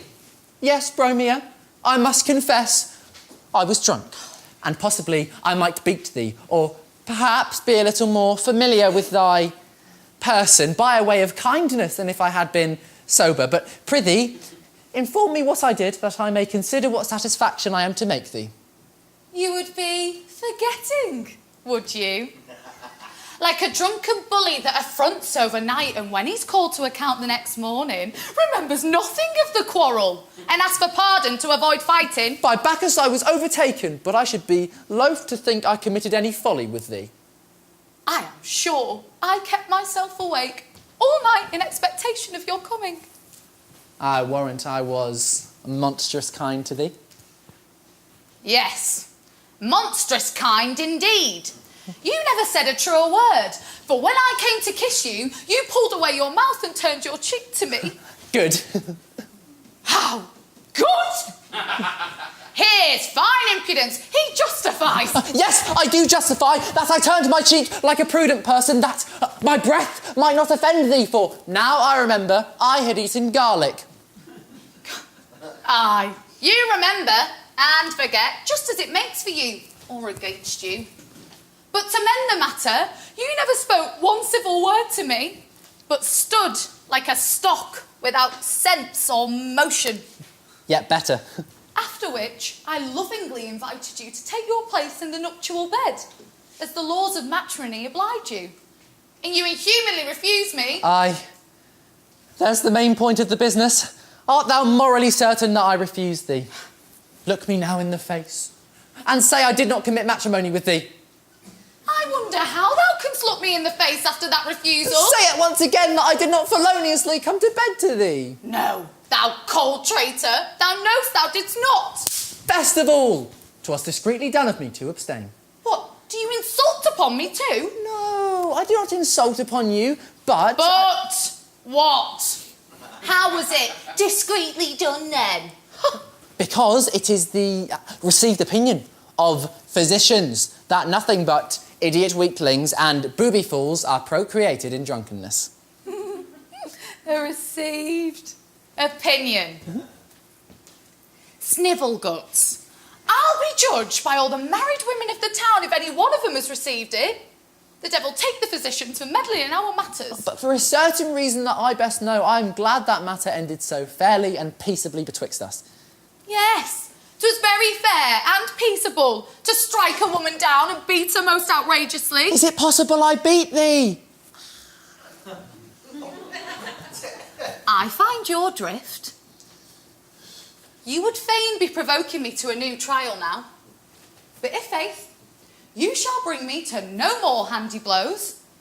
I shall make bold to trust to my tongue hereafter. You never durst have offered to hold up a finger against me till you went a-trooping. Then I am a conqueror, and I lord my own courage. This renown I have achieved by soldiership and stratagem. Know your duty, spouse, henceforward to your supreme commander.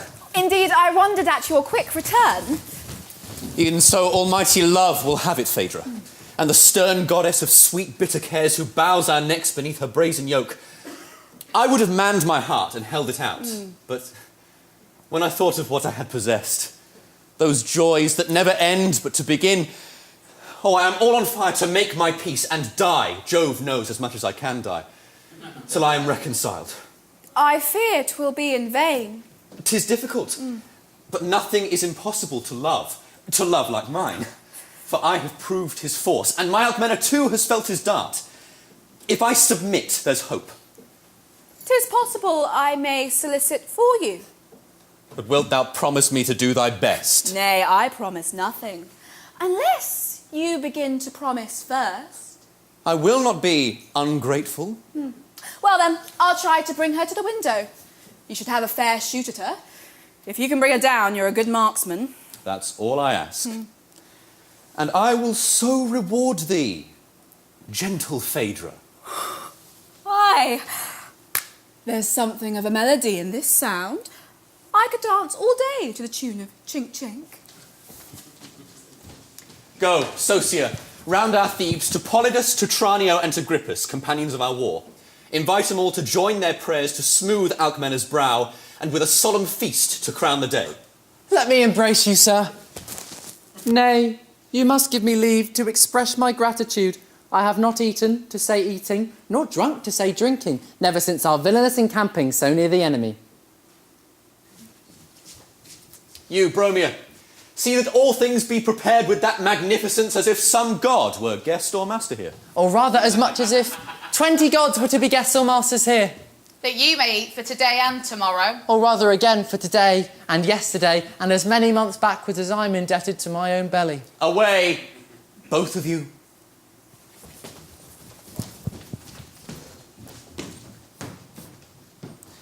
Now I have packed him hence, thou, other Sosia, who though thou art not present, hearst my voice, be ready to attend me at my call, and to supply his place. See, she appears. This is my bribe to Phaedra. When I made this gold, I made a greater god than Jove, and gave my own omnipotence away. My love, my dearest love, let not thy generous passion waste its rage, but once again restore our golden age. A trifling entertainment as a peace offering to my beloved.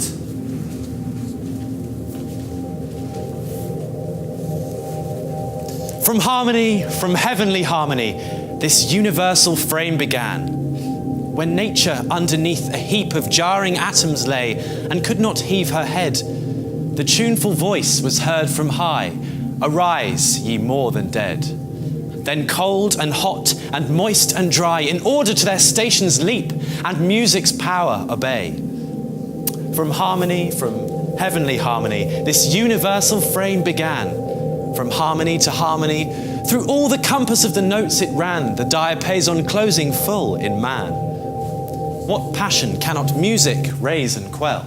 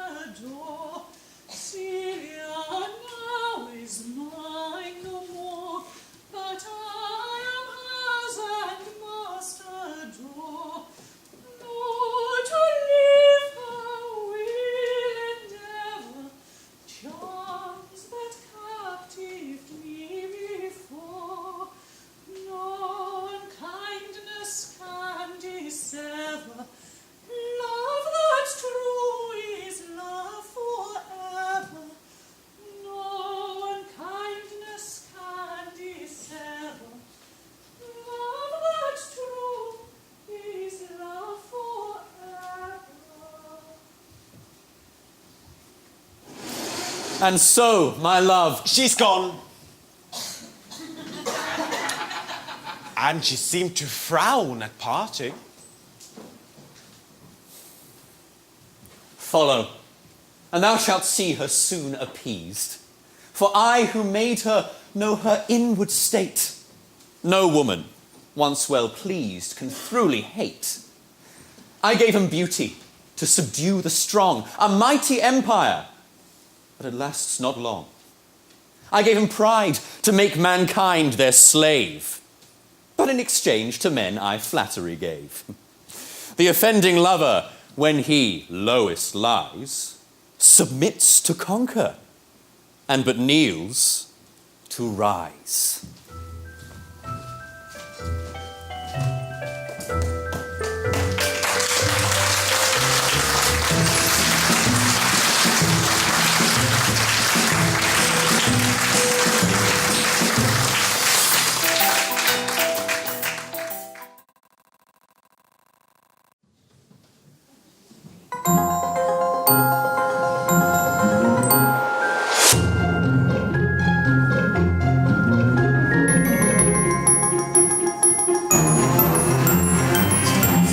My dear Alcmena, hear me speak. No, I would fly thee to the ridge of earth and leap the precipice to escape thy sight. For pity's Leave me, thou ungrateful man. I cannot leave you. No, but like a ghost whom your unkindness murdered will I haunt you. Once more, be gone. I'm odious to myself for having loved thee once. Hate not the best and fairest of your kind, nor can you hate your lover, though you would. Your tears that fall so gently are but grief. There may be anger, but there must be love. The dove that murmurs at her mate's neglect, but counterfeits a coyness to be courted. Courtship from thee, and after such affronts. Is this that everlasting love you vowed last night when I was circled in your arms? Remember what you swore. Think what thou wert, and who could swear too much? Think what thou art, and that unswears it all. Can you forsake me for so small a fault? 'Twas but a jest, perhaps too far pursued. 'Twas but at most a trial of your faith, how you can bear unkindness. 'Twas but to get a reconciling kiss, a wanton stratagem of love. See how he doubles like a hunted hare. A jest, and then a trial, and a bait. All stuff and daubing. Think me jealous then? Oh, that I could. For that's a noble crime, and which a lover can with ease forgive. 'Tis the high pulse of passion in a fever, a sickly draught, but shows a burning thirst. Thine was a surfeit, not a jealousy. And in that loathing of thy full gorged love, thou saw'st the nauseous object with disdain. Oh, think not that, for you are ever new. Your fruits of love are like eternal spring in happy climes, where some are in the bud, some green and ripening, some while others fall. Aye, now you tell me this, when roused desires and fresh recruits of force enable languished love to take the field. But never hope to be received again. You would again deny you were received and brand my spotless fame. I will not dare to justify my crime, but only point you where to lay the blame. Impute it to the husband, not the lover. How vainly would the sophist divide and make the husband and the lover two. Yes, 'tis the husband is the guilty wretch. His insolence forgot the sweets of love, and deeming them his due, despised the feast. Not so the famished lover could forget. He knew he had been there and had been blessed with all that hope can wish or sense can bear. Husband and lover, both alike I hate. And I confess I have deserved that hate. Too charming fair, I kneel for your forgiveness. I beg by those fair eyes which gave me wounds that time can never cure, receive my sorrows and restore my joys. Unkind and cruel. Oh, I can speak no more. Oh, give it vent, Alcmena, give it vent. I merit your reproach. I would be cursed. Let your tongue curse me while your heart forgives. Can I forget such a usage? Can you hate me? I'll do my best. For sure I ought to hate you. That word was only hatched upon your tongue. It came not from your heart. But try again. And if once more you can but say, I hate you, my sword shall do you justice. Then I hate you. Then you pronounce the sentence of my death. I hate you much, but yet I love you more. To prove that love, then say that you forgive me. For there remains but this alternative, resolve to pardon or to punish me. Alas, what I resolve appears too plain. In saying that I cannot hate, I pardon. But what's a pardon worth without a seal?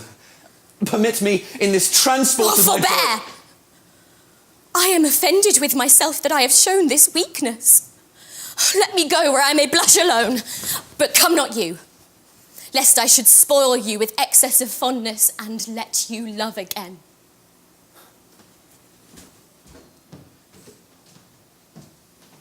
Forbidding me to follow. She invites me. This is the mould of which I made the sex. I gave him but one tongue to say as nay, and two kind eyes to grant.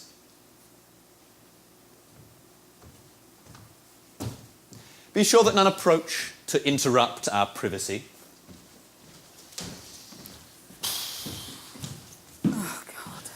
Your lady has made a challenge of reconciliation to my lord.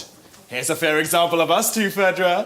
No example at all, Sosia. For my lady had the diamonds aforehand, and I have none of the gold goblet. The goblet shall be forthcoming, if thou wilt give me weight for weight. Yes, and measure for measure too, Sosia.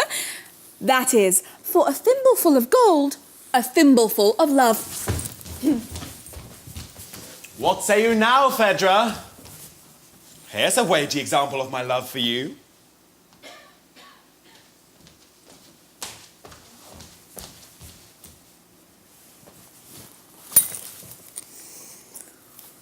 Now, Jupiter of his mercy, oh, let me kiss thee, thou dear, dear metal. And Venus of her mercy, let me kiss thee. Not so fast, Sosia. There's a damned proverb in your way. Many things happen betwixt the cup and the lips, you know? Thou wilt not cheat me of my goblet. Yes. As sure as you would cheat me of my maidenhead. I am yet but just even with you for the last trick you played me. And besides, this is but a bare retaining fee. You must give me another before the cause is opened. Shall I not come to your bedside tonight? No, nor tomorrow night neither. But this shall be my sweetheart in your place. 'Tis a better bedfellow, and will keep me warmer in cold weather.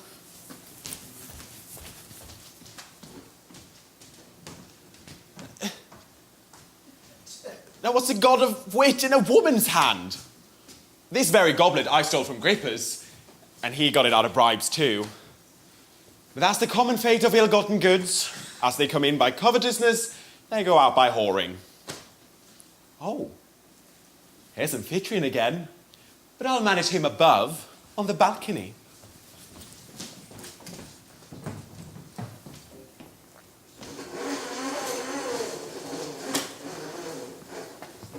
Not one of those I looked for to be found, as some enchantment hid them from my sight. Perhaps, as Sosia says, 'tis witchcraft all. Seals may be opened, diamonds may be stolen, but how I came in person yesterday and gave that present to Algmena's hands, that which I never gave nor never came. Oh, there's the rock on which my reason splits. Would that were all. I fear my honour too. I'll try her once again.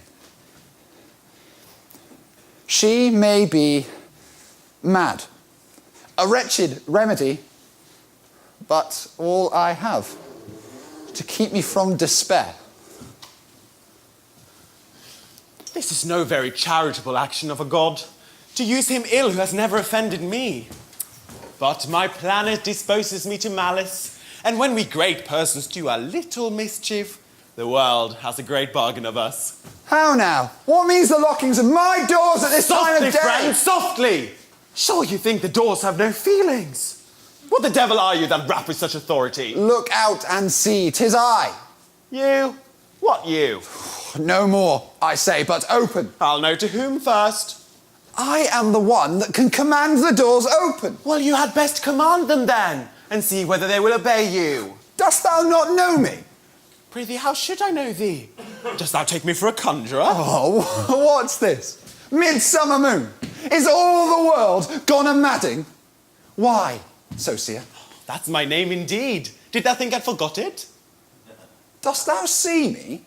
Why dost thou pretend to go invisible? If thou hast any business here, dispatch it quickly, for I have no leisure to throw away upon such prattling companions. Thy companion, slave? How darest thou use this insolent language to thy master? How? Thou my master? By what title? I never had any other master but Amphitryon. Well, and for whom dost thou take me? Was a rogue or other, but what rogue I know not. Dost thou not know me for Amphitryon, slave? How should I know thee, when I see thou dost not know thyself? In what tavern hast thou been? I will so drub thee for this insolence. How now, impudence? Are you threatening your betters? I shall bring you to condign punishment. What? None to let me in? Why, Phaedra, Bromia! Peace, fellow! If my wife hears thee, we are both undone. At a word, Phaedra and Bromia are very busy. One in making a restorative for my lady, and the other in heating napkins to rub down my lord from when he rises from bed with her. Amazement seizes me. At what art thou amazed? My master and my lady had a falling out, and have retired without seconds to decide the quarrel. Get thee about that business, if thou hast any, for I hear no more of thee. Braved by my slave, dishonoured by my wife. To what a desperate plunge am I reduced, if this be true, the villain says. Oh, but why that feeble if? It must be true. She owns it! Now, whether to conceal or blaze the affront. One way, I spread my infamy abroad, and t'other, hide a burning coal within that preys upon my vitals. I can fix on nothing but on vengeance.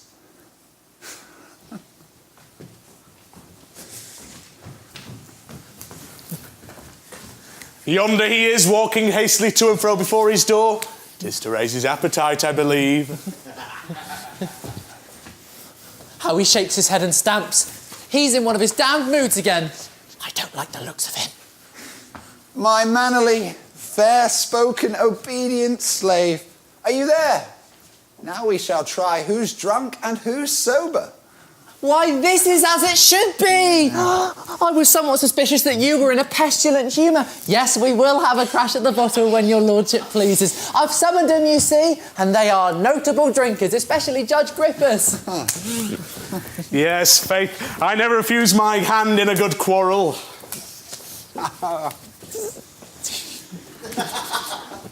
Why, thou insolent villain, I'll teach a slave to use his master thus. I am sure I ran as fast as ever my legs could carry me to call them. Nay, you may trust my diligence in all affairs belonging to the belly. He has been very faithful to his commission. I'll bear him witness. How can you bear witness where you were not present? The balcony, sirrah, the balcony. Why, to my best remembrance, you never invited the balcony.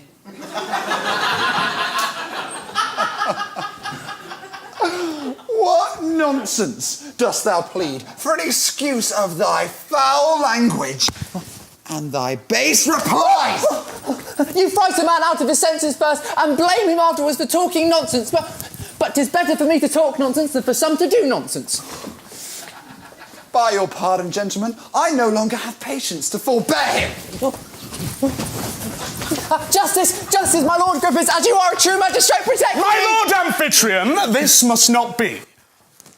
Let me first understand the demerits of the criminal. Hold you to that point, I beseech your honour, as you commiserate the case of a poor, innocent malefactor. To shut the door against me, in my very face, to brave me from the balcony, to laugh at me, to threaten me. What proofs of innocence call you these, huh? But if I punish not this insolent... I beg you let me go. I charge you in the king's name. Hold him fast, for you see he's bloodily disposed. Now what hast thou to say for thyself, Sosia? Then, if I may speak boldly, under my lord's favour, I do not say he lies, neither, but his lordship fibs most abominably. Oh, do you hear his impudence? Yet will you let me go? No impudence at all, my lord, for how could I, naturally speaking, be in the balcony and affronting you, when at the same time I was in every street in Thebes inviting these gentlemen to dinner? Hold a little. How long since was it that he spoke to you from the said balcony? Just now. Not a minute before he brought you hither. Now speak, my witnesses. I can answer for him for this last half hour. And I. Now judge equitably, gentlemen, whether I was not a civil, well-bred person, only to tell my lord that he fibs. Who gave you that order to invite them? He that best might, yourself. Where? In what place did I give this order? Here, in this place, in the presence of this very door and of that balcony. They could speak, they would both justify it. Oh, heaven. These accidents are so surprising that the more I think on them, the more I'm lost in my imagination. Nay, he has told us some happenings as he came along that seemed to surpass the power of nature. What think you now, my lord, of a certain twin brother of mine called Sosia? 'Tis a sly youth. Pray heaven you have not such another relation within doors called Amphitryon. It may be that it was he that put upon me in your likeness. Sosia may be innocent, and I will not hurt him. Open the doors. I'll resolve my doubts immediately. The door is peremptory, that it will not be opened without keys, and my brother on the inside is in possession and will not part with them. There. 'Tis manifest that I am affronted. Break open the door there. Stir not a man of you to his assistance. Dost thou take part with my adulteress too? Because she is thy niece. I take part in nothing but the law. And to break the doors open is to break the law. Do thou command them then? I command nothing without my warrant. And my clerk is not here to take his fees for drawing it. Oh, the devil take all justice, brokers. But I'll bring soldiers to force open the door. By my own commission. Poxo these forms of law, to defeat a man of a dinner when he's famished. 'Tis against the privilege of a free-born stomach, and is nothing more than a subversion of fundamentals. Oh, my friends! I am sorry I have made you wait so long. You are welcome, and the door shall be opened to you immediately. Was not that Amphitryon? Why, who should it be else? In all appearance it was he, but how got he thither? And such a tryst too. And after he had just left us. So much altered for the better in his humour. Here's such a company of foolish questions when a man's a-hungry, for I'll take mine oath 'tis he. I should be glad it were. I am for the inviting and eating and treating Amphitryon. I'm sure 'tis he that is my lawfully begotten lord. The passage on the right way leads to the gallery, where my lords await you. For I am called another way. I should know that voice by a secret instinct, for it carries a cudgelling kind of sound in it. But let me weigh this matter wisely. Here's a beating and a bellyful against no beating and no bellyful. The beating is bad, but the dinner is good. Now, not to be beaten is but negatively good, but not to fill my belly is positively bad. Oh. Upon the whole matter, my final resolution is to take the good and the bad as they come together. Whither now, you kitchen scum? From whence is impudence to enter here without permission? Most illustrious sir, my ticket is my hunger. Show the full bowels of your compassion to the empty bowels of my famine. Were you not charged to return no more? I'll cut you into quarters and hang you upon the shambles. You get but little credit by me. Alas, sir, I am but mere carrion. Brave Sosia, compassionate coward Sosia, and beat not thyself in beating me. Who gave you that privilege, sirrah, to assume my name? Have you not been sufficiently warned of it and received parts of punishment already? I would have obeyed you and quitted my title to the name, but wherever I come, the malicious world will call me Sosia in spite of me. I am sensible there are 2 Amphitryons, and why may not there be 2 Sosias? No. 2 Sosias would but make 2 fools. Then let me be the fool, and be you the prudent person, and choose for yourself some wiser name. I tell thee, I am the only son of our family. Then let me be your bastard brother, and the son of a whore. No, thou shalt not disgrace my father! Ah, poor Sosia. What will become of thee? Yet again, profanely using my proper name. I did not mean myself. I was thinking of another Sosia. A poor fellow. That was once of my acquaintance, unfortunately banished out of doors as dinner was just coming upon the table. Sosia, you and I must...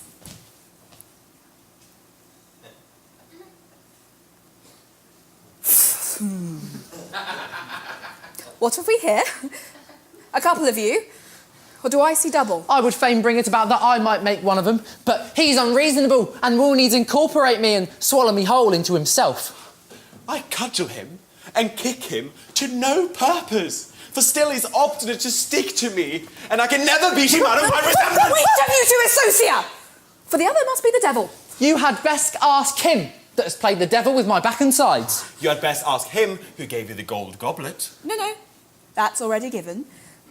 But he shall be my Sosia that will give me such another. You have been interloping, sirrah. No, indeed, sir. I only promised her a gold thimble, which was as much as comes to my proportion of being Sosia. This is no Sosia for my money. Beat him away, other Sosia. He grows insufferable. Would I were valiant, that I might beat him away and succeed him at the dinner for a pragmatical son of a whore as he is. What is that you're muttering betwixt your teeth of a son of a whore, sirrah? Whatever I am, I will be Sosia as long as I please. And whenever you visit me, you can be sure of the civility of the cudgel. If you will promise to beat me into the house, you may begin when you please with me.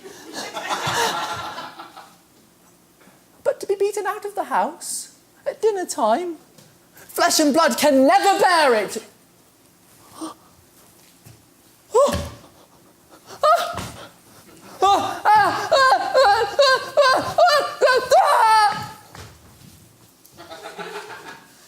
In the name of wonder, what are you?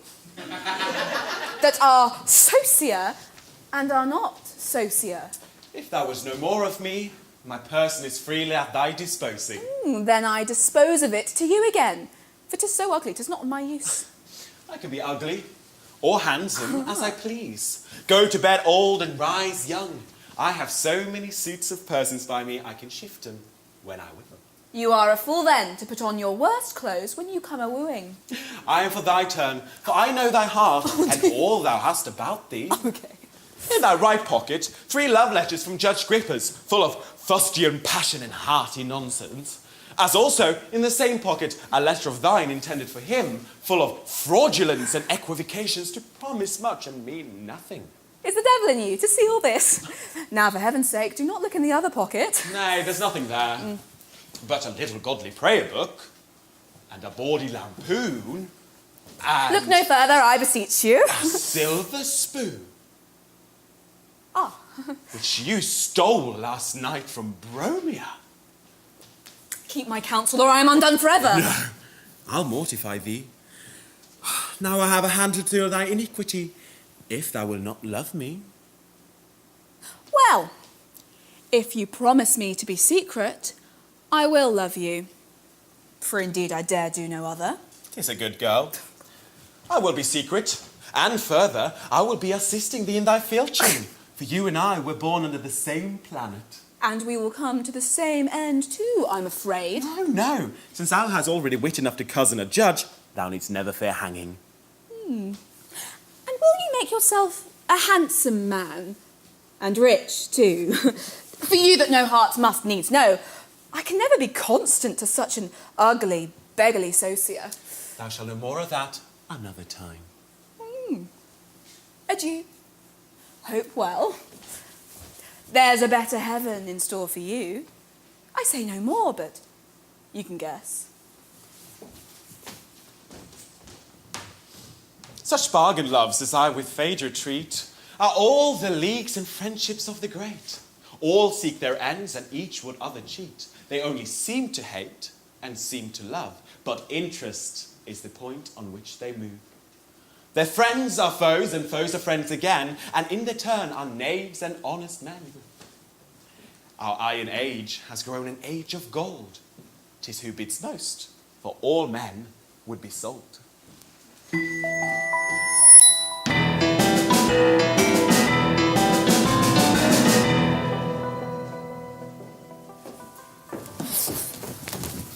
You will not be so base as to take it from me. 'Tis my property, and I'll seize my own in whatever hands I find it. You know, I only showed it you to provoke your generosity, that you might outbid your rival with a better present. My rival is a thief, and I'll indict you for a receiver of stolen goods. Thou hidebound lover. Thou very mercenary mistress. Thou most mercenary magistrate. Thou seller of thyself. Thou seller of other people.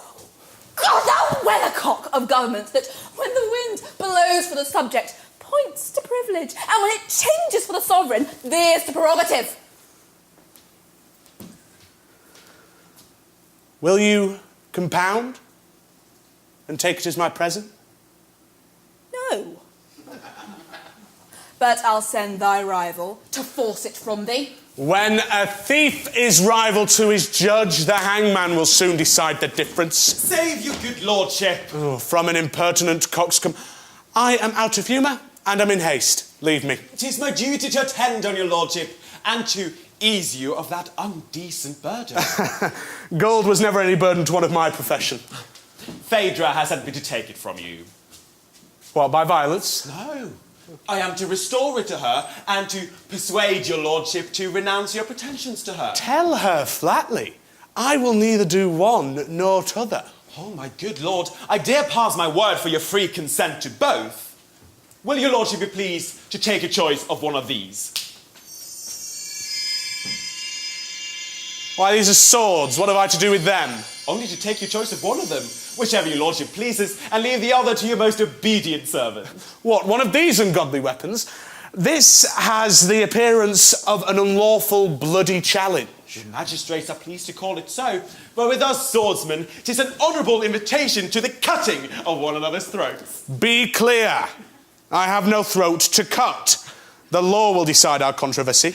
By your permission, my lord, it must be dispatched this way. I'll see thee hanged before I give thee any such permission to dispatch me into another world. At the least, my lord, you have no occasion of complaint of my want of respect to you. You will neither restore the goblet nor renounce Phaedra. I offer you combat and you refuse it. All this is done in forms of honour. It follows that I am to affront, cudgel, or kick you at my own arbitrament. And I suppose you're too honourable not to approve of my proceeding. Therefore, with your honour's permission, I begin. Oh! What's this for? To give you an occasion of returning me a box on the ear, so that all things may proceed methodically. I put in no answer, but suffer a non-suit. No, sir. For costs and charges are to be paid. Will you please restore the cut? I have told thee, no. Then I must ascend to your lordship's ear. Ah! Ah! Oh! Oh! Oh! Ah! How wilt thou ever leave looking me by the ear? Not till your lordship would be pleased to hear reason. Take the cup, and the devil get you on it. And your lordship will farther be graciously pleased to release all claims, titles, and actions whatsoever to Phaedra. You must give me leave to add one small memento for that too. I renounce my release. My lord hath been pleased to be very gracious without pushing matters to extremity. There's an act of oblivion should be passed too. Let him begin to remember quarrels when he dares. Now that I have him under my girdle, I'll cap verses with him to the end of the chapter.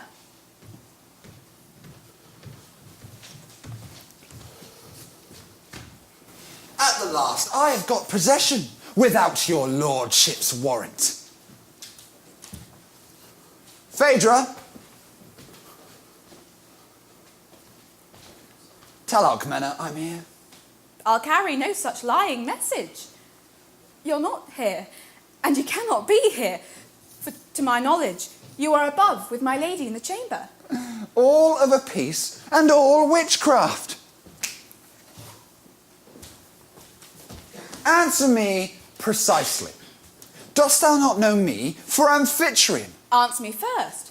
Did you give me a diamond and a purse of gold? Thou knowest I did not. Then by the same token, I know you are not the true Amphitryon.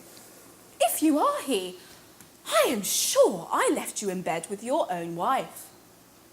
Now, you had best stretch out a leg and feel about for a fair lady. I'll undo this enchantment and kill the sorcerer. Come up, gentlemen, and follow me. I'll save you the labour and call him down to confront you, if you dare attend him.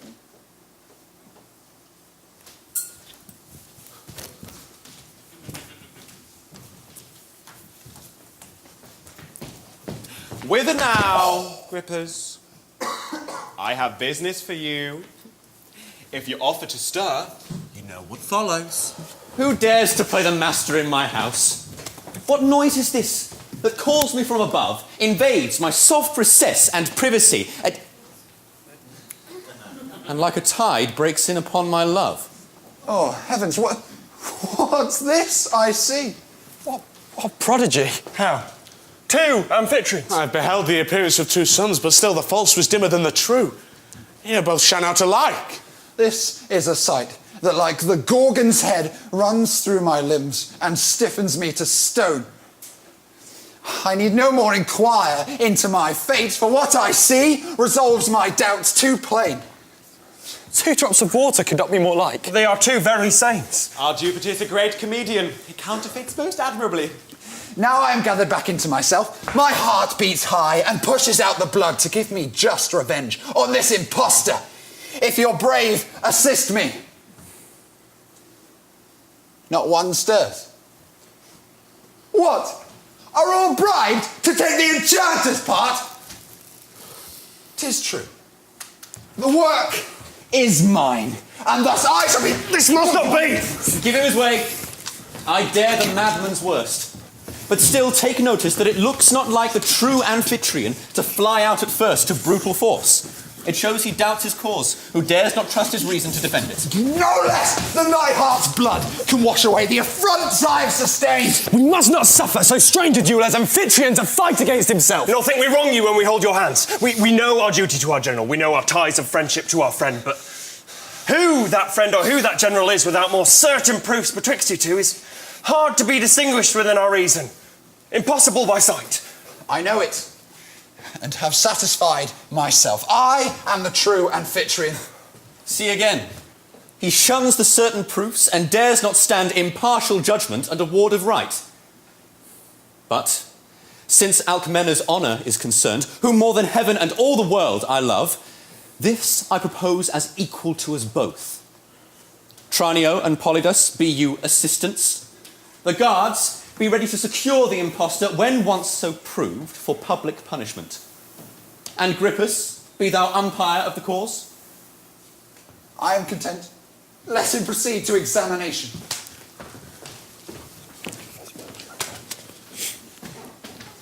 On whose side would you please that I should give the sentence? Follow thy conscience for once. but not to make custom of it neither. Who will bear witness? Your lordship knows I was master of Amphitrion's ship, and desired to know what passed in private betwixt us two at his landing, when he was just ready to engage the enemy. Let the true Amphitryon answer first. My lord, I told you not Peace! Both of you. 'Tis a plain case they are both true, for they both speak together. But, for more certainty, let the false Amphitryon speak. Now they're both silent. Then 'tis as plain on t'other side, they are both false Amphitrions. Which Amphitryon shall speak first now? Let the choleric Amphitryon speak, let the peaceable hold his peace. You may remember, I whispered you on the day of battle not to part from the stern of our ship one single moment. You did so. No more words then. I proceed to sentence. 'Twas I that whispered him, and he may remember I gave him this reason for it, that if our men were beaten, I might secure my own retreat. You did so. Now again, he's as true as the other.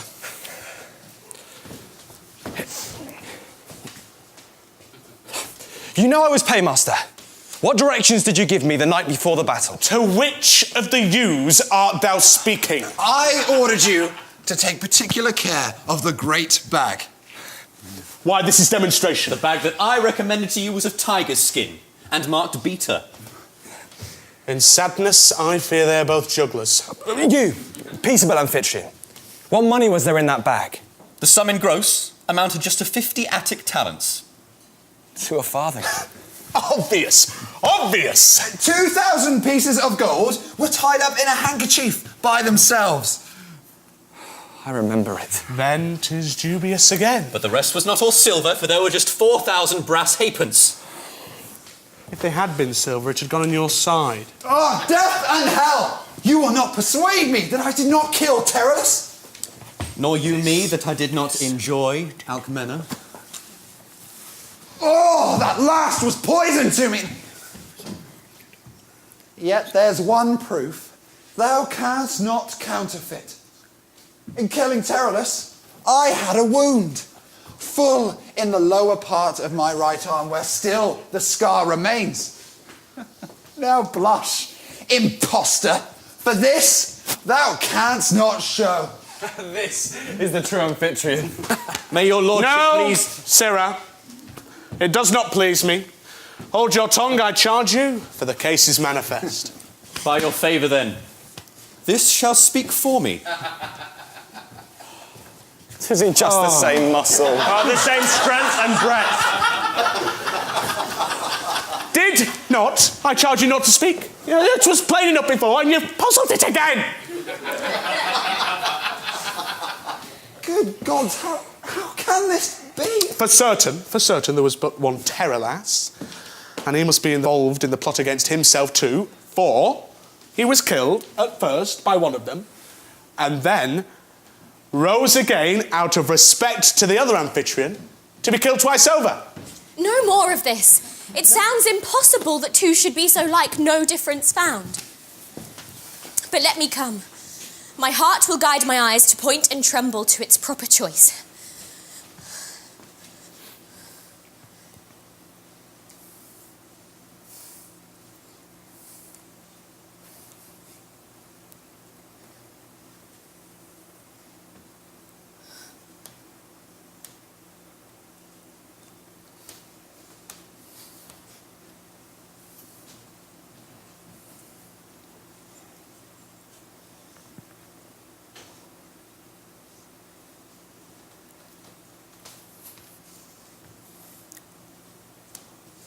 There neither was, nor is, but one Amphitryon, and I am only his. Oh, away! Adulteress! My gentle love, my treasure and my joy, follow no more that false and foolish fire that would mislead thy fame to sure destruction. Look on thy better husband and thy friend, who will not leave thee liable to scorn, but vindicate thy honour from that wretch who would by base aspersion blot thy virtue. I I was indeed mistaken. Thou art he. Thy words, thy thoughts, thy soul is all Amphitryon. The impostor has thy features, not thy mind. The face might have deceived me in my choice. Thy kindness is a guide that cannot err.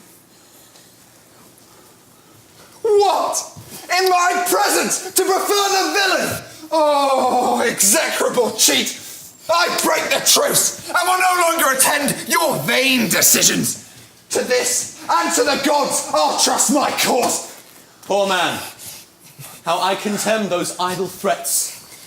Were I disposed, thou mightst as safely meet the thunder launched from the red arm of Jove. But in the face of Thebes she shall be cleared, and what I am, and what thou art, be known. Attend, and I will bring convincing proof. I'll spare thy pains. It shall be quickly seen betwixt us two who seeks and who avoids. Come in, my friends. And thou who seemst Amphitryon, that all who are in doubt may know the truth.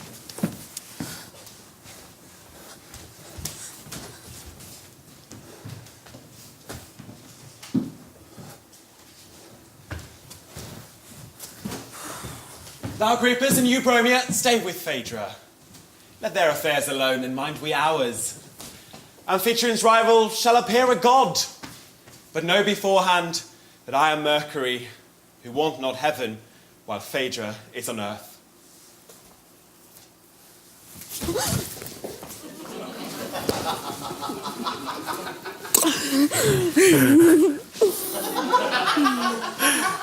But please, your lordship, is my fellow Phaedra to be exalted into heaven and made a star? When that comes to happen, if you look up at night, I shall remember old kindness and vouchsafe to twinkle on you. Here he is again. And there's no passing by him into the house. Unless I were a spirit to glide in through the keyhole. I'm to be a vagabond, I find. Sosia, come back. No, a beaten dog has always the wit to avoid his master. I permit thee to be Sosia again.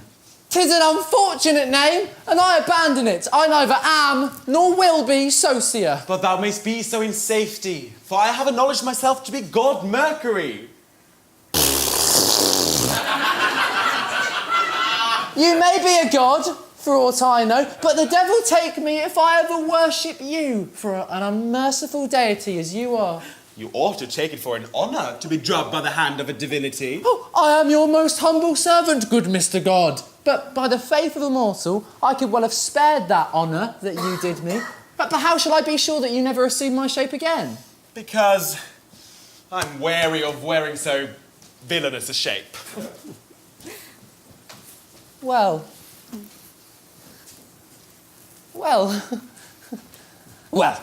as villainous as it is, his Bromia will be contented with it. Yes. Now I am sure that I may chastise you safely, and there's no god lurking under your appearance. Aye. But you had best take heed how you attempt it, for his Mercury has turned himself into me, so I may take the whim into my head to turn myself into Mercury, that I may swinge you off condignly. In the meantime, be all of you my witness, as I take Phaedra for my wife of the left hand, that is, as a lawful concubine. You shall pardon me for believing you, for all you are a god. But you have a terrible ill name here below, and I'm afraid you'll get a footman instead of a priest to marry us. But his creepers shall draw up articles betwixt us. But he's so damnably used to false conveyancing.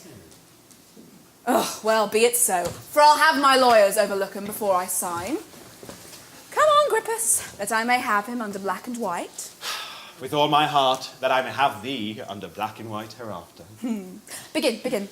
Heads of articles to be opened, etc., betwixt Mercury, god of thieves, and Phaedra, queen of gypsies. Imprimis, I promise to buy and settle upon her an estate containing 9,000 acres of land in any part of Boeotia to her own liking. provided, of course, that no part of the said 9,000 acres shall be upon or adjoining Mount Parnassus, for I will not be fobbed off with a poetical estate.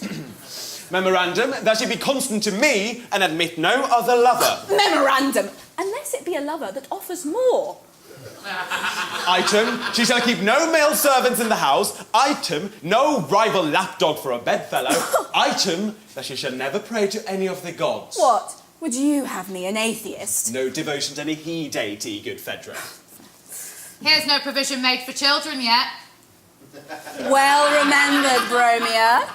I bargained that my eldest son shall be a hero and my eldest daughter a king's mistress. That is to say, a blockhead and a harlot, Phaedra. That's true. But who dares call them so? I am a fool, I must confess, but yet I can see as far into a millstone as the best of you. I would ask of Madame Phaedra that if Mr. Heaven there should be pleased to break these articles, in what court of judicature she intends to sue him. The fools hit upon it. Gods and great men are never to be sued, for they can always plead privilege of peerage. And therefore, for once, monsieur, I will take your word. For as long as you love me, you'll be sure to keep it. And in the meantime, I'll be gaining experience in how to manage some rich cully, for no woman ever made her fortune by wit.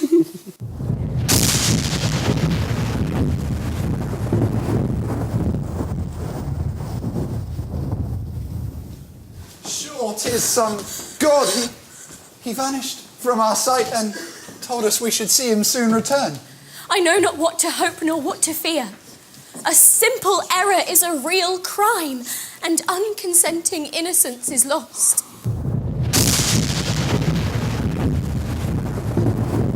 Look up, Amphitryon, and behold above the impostor god, the rival of thy love. In thy own shape see Jupiter appear, and let that sight secure thy jealous fear.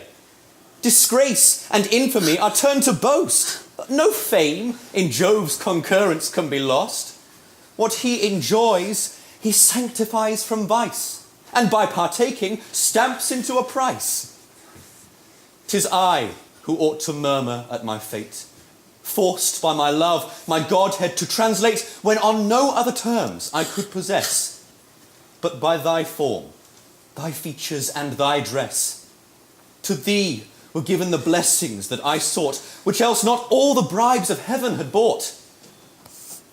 Then take into thy arms thy envied love, and in his own despite, triumph o'er Jove.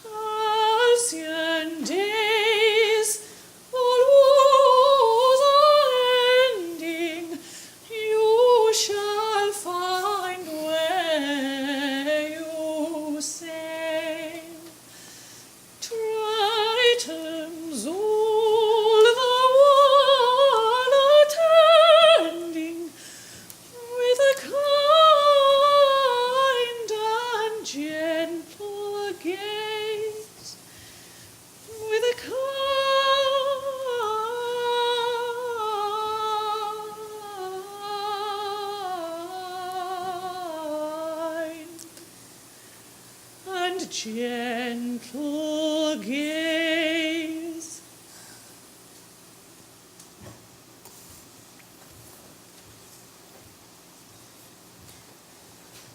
Amphitryon and Alcmena both stand mute and know not how to take it. Our sovereign Lord Jupiter is a sly companion. He knows how to gild a bitter pill. From this auspicious night shall rise an heir, great like his sire and like his mother fair, wrongs to redress and tyrants to decease, born for a world that needs a Hercules. Monsters and monster men he shall engage, and toil and struggle through an impious age. Peace to his labours shall at length succeed, and murmuring men, unwilling to be freed, shall be compelled to happiness by need.